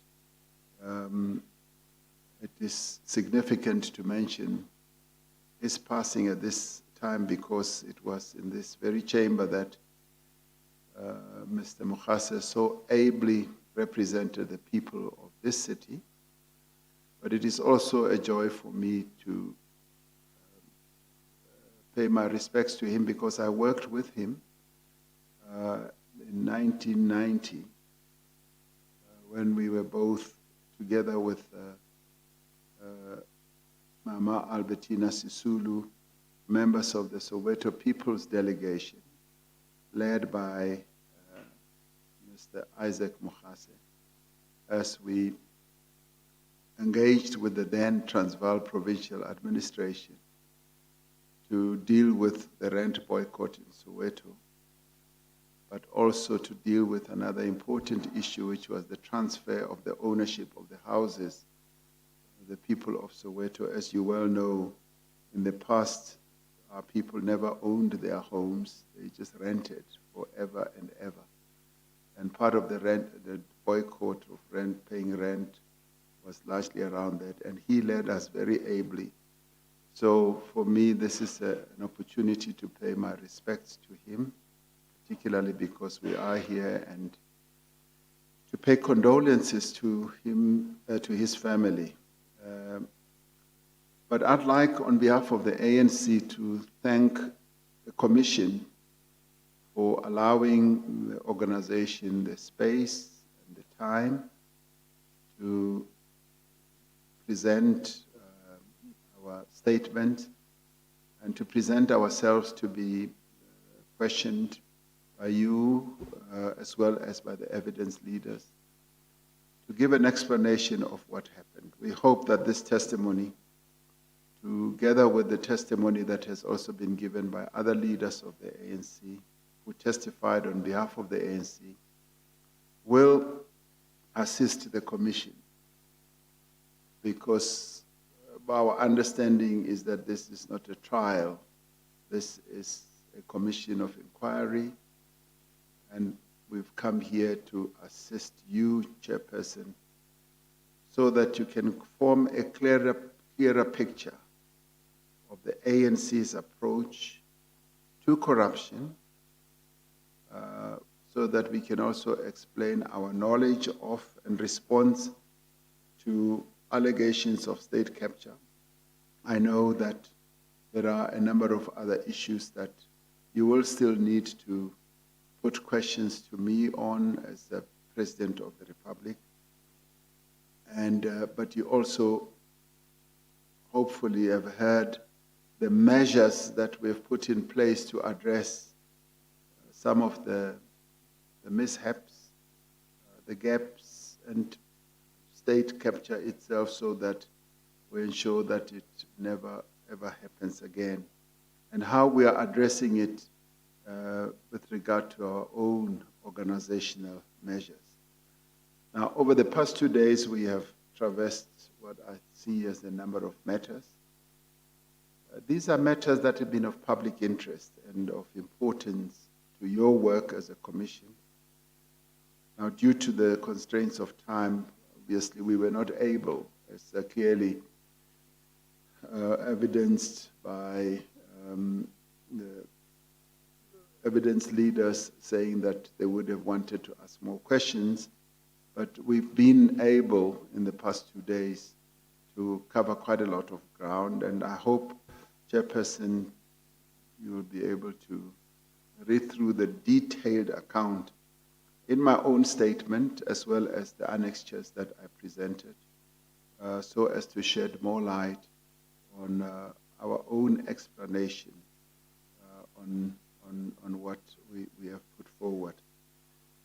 Obviously, when I return to the Commission, I will reflect on the actions that we have taken in the state to end state capture, to dismantle the networks that made it possible, and to rebuild the efficacy and integrity of state or public institutions. We are mindful of the fact that the mandate of the Commission does not extend to how political parties must function, and that it is the sole prerogative of political parties themselves, particularly the ANC, to determine their own organizational arrangements. And some of the thoughts and the suggestions that have been put here, obviously we will reflect on with a view of seeing how best we too can improve the way that we function. For instance, we too can be able at a very early stage to see all those markers, those indicators, which we have spoken about. We do, however, accept that it is necessary for the Commission to examine how internal processes and practices of political parties impact on the functioning of public institutions, to fully appreciate how the state capture occurred. Because in the way that we have functioned as a party, it has had an impact on public institutions in our country, and we must accept that, and your Commission has patently made that very clear to us.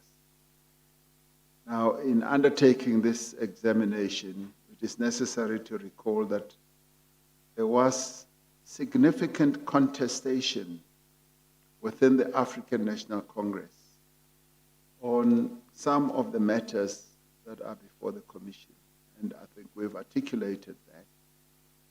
So, as we examine all this, we should not be just linear in our examination of this. We should be able to deal with the contours of the various issues that the party itself had to deal with. It's also important to remember that state capture not only undermined the integrity and the capability of public institutions, it also deeply damaged the effect of, or the effectiveness of the African National Congress itself. So it did affect us as a party, as it did affect the state. As we recognized at our 54th conference, state capture has had a profound impact on the coherence and the unity of the ANC and its ability to carry out its mandate and mission. to work for the people of South Africa. As part of its efforts to make what I would call a decisive break with the era of state capture, the ANC itself has embarked, as I sought to explain, on a journey of renewal, regeneration, and I believe that the work of this commission, as much as its purpose is to serve the nation, will, in the end, also assist the ANC along the path of renewal. Although it is at times very uncomfortable and difficult for the ANC, we welcome this scrutiny as a necessary step in tackling corruption in the state and across society. And when I say across society, I say so advisedly because in many ways it would also have been helpful if we could have reflected on greater scrutiny on other entities other than the state in the way they themselves aided and abetted state capture. That is, various companies, because in the end, it's possible, and indeed it is the truth, it's not only sort of the Gupta-related companies that participated, it is other companies as well. But I wish to conclude by paying tribute to all those South Africans who have played a role in unearthing corrupt activities that we now know as state capture. Here I make reference to those who've been whistleblowers. And whistleblowers have not had a great time in our country. Once they blow the whistle, they have been subjected to enormous pressures. And pressures that have affected them personally, professionally, career-wise, and also has affected their own households. They have been brave men and women of our country who, because of their abhorrence of corruption, blew whistles. And I regret that in many instances we have not treated them well. And we therefore need to have some process, legislation, of being able to protect whistleblowers. We could say that we've got various policies, but they have not really proven that effective. Some whistleblowers have even been killed. But I also want to pay tribute to journalists. Journalists have really gone beyond the call of duty in many respects in getting the country to be where we are today. I pay tribute to them. I spoke about some of the challenges that journalists face, but we pay tribute because they have in many ways been very patriotic and played a very key role.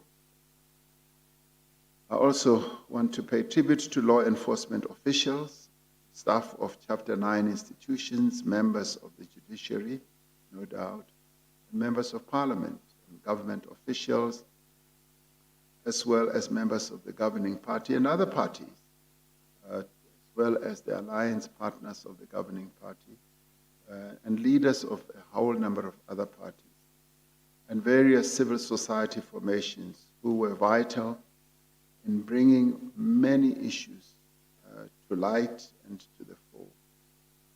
And may they continue where there is wrongdoing, be brave and courageous enough to be able to bring those to the fore. There are many people who paid a great price, Chairperson, for taking a principled stand.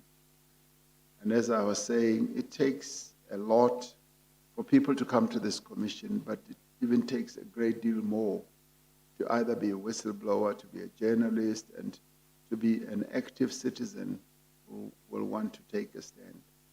There are many people who withstood great pressure and took great risks. The nation owes much to each of these people, for they have each, in different ways, reaffirmed the values of our Constitution and our democracy. Now, the existence of this commission owes much to the determination of ordinary South Africans who've stood up against corruption and state capture. The existence of this commission and the fact that it is able to undertake such a far-reaching examination or investigation, expensive as it has been, is a testament to the strength of our democracy and the institutions that support it. For a sitting president to come to a commission such as this one, a commission that he has established, some people said it's unheard of. But we felt that it was important to come both as president of the governing party as well as president of their country. Now, as the ANC, we deeply appreciate the work of this commission and reaffirm our total commitment to provide whatever assistance we can to ensure that this commission fulfills its mandate. And it is with those words, Chairperson, that without being patronizing, that I'd like to thank you and thank this opportunity that you have given to the ANC. Thank you very much. Thank you very much, Mr. President, for your remarks.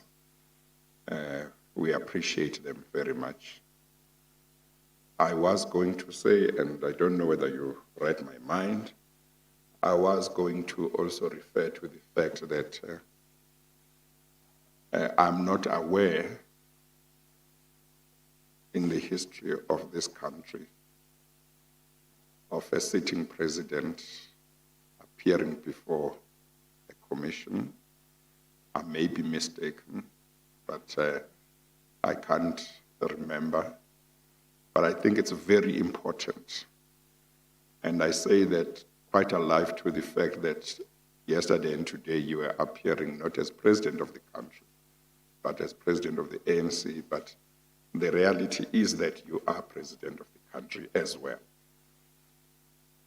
That you have appeared before the commission, but also to state that it is quite important that the ruling party, the majority party in parliament, has taken the attitude that you have conveyed to the commission and to the nation at large, that they've decided that they would support this commission.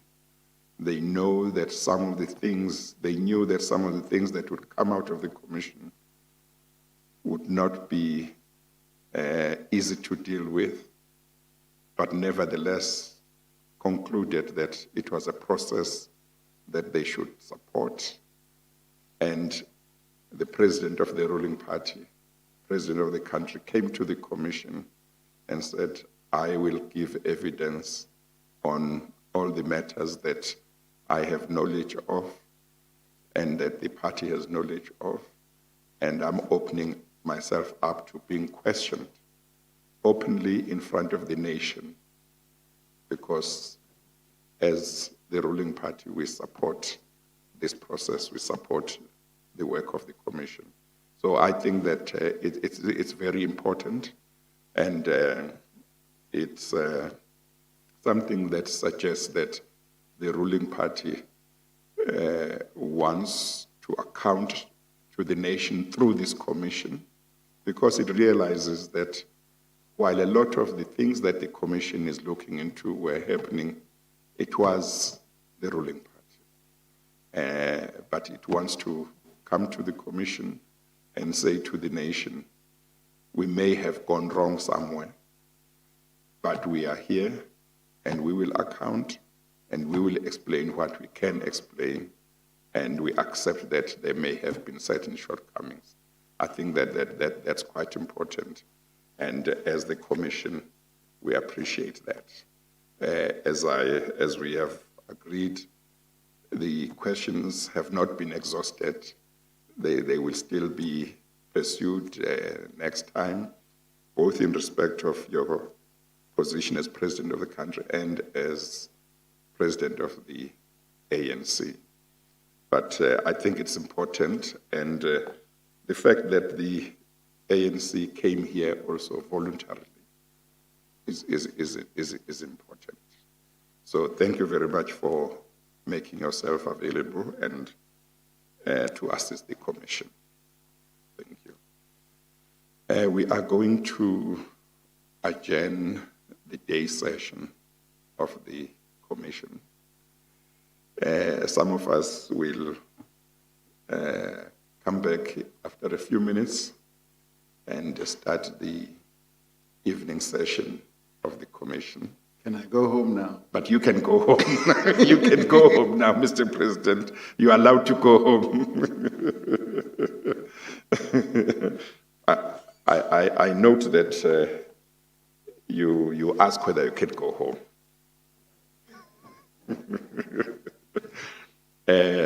Thank you. We are going to adjourn now. The time is 1 minute to 5. I'll adjourn for 15 minutes, and then I'll return to deal with another matter.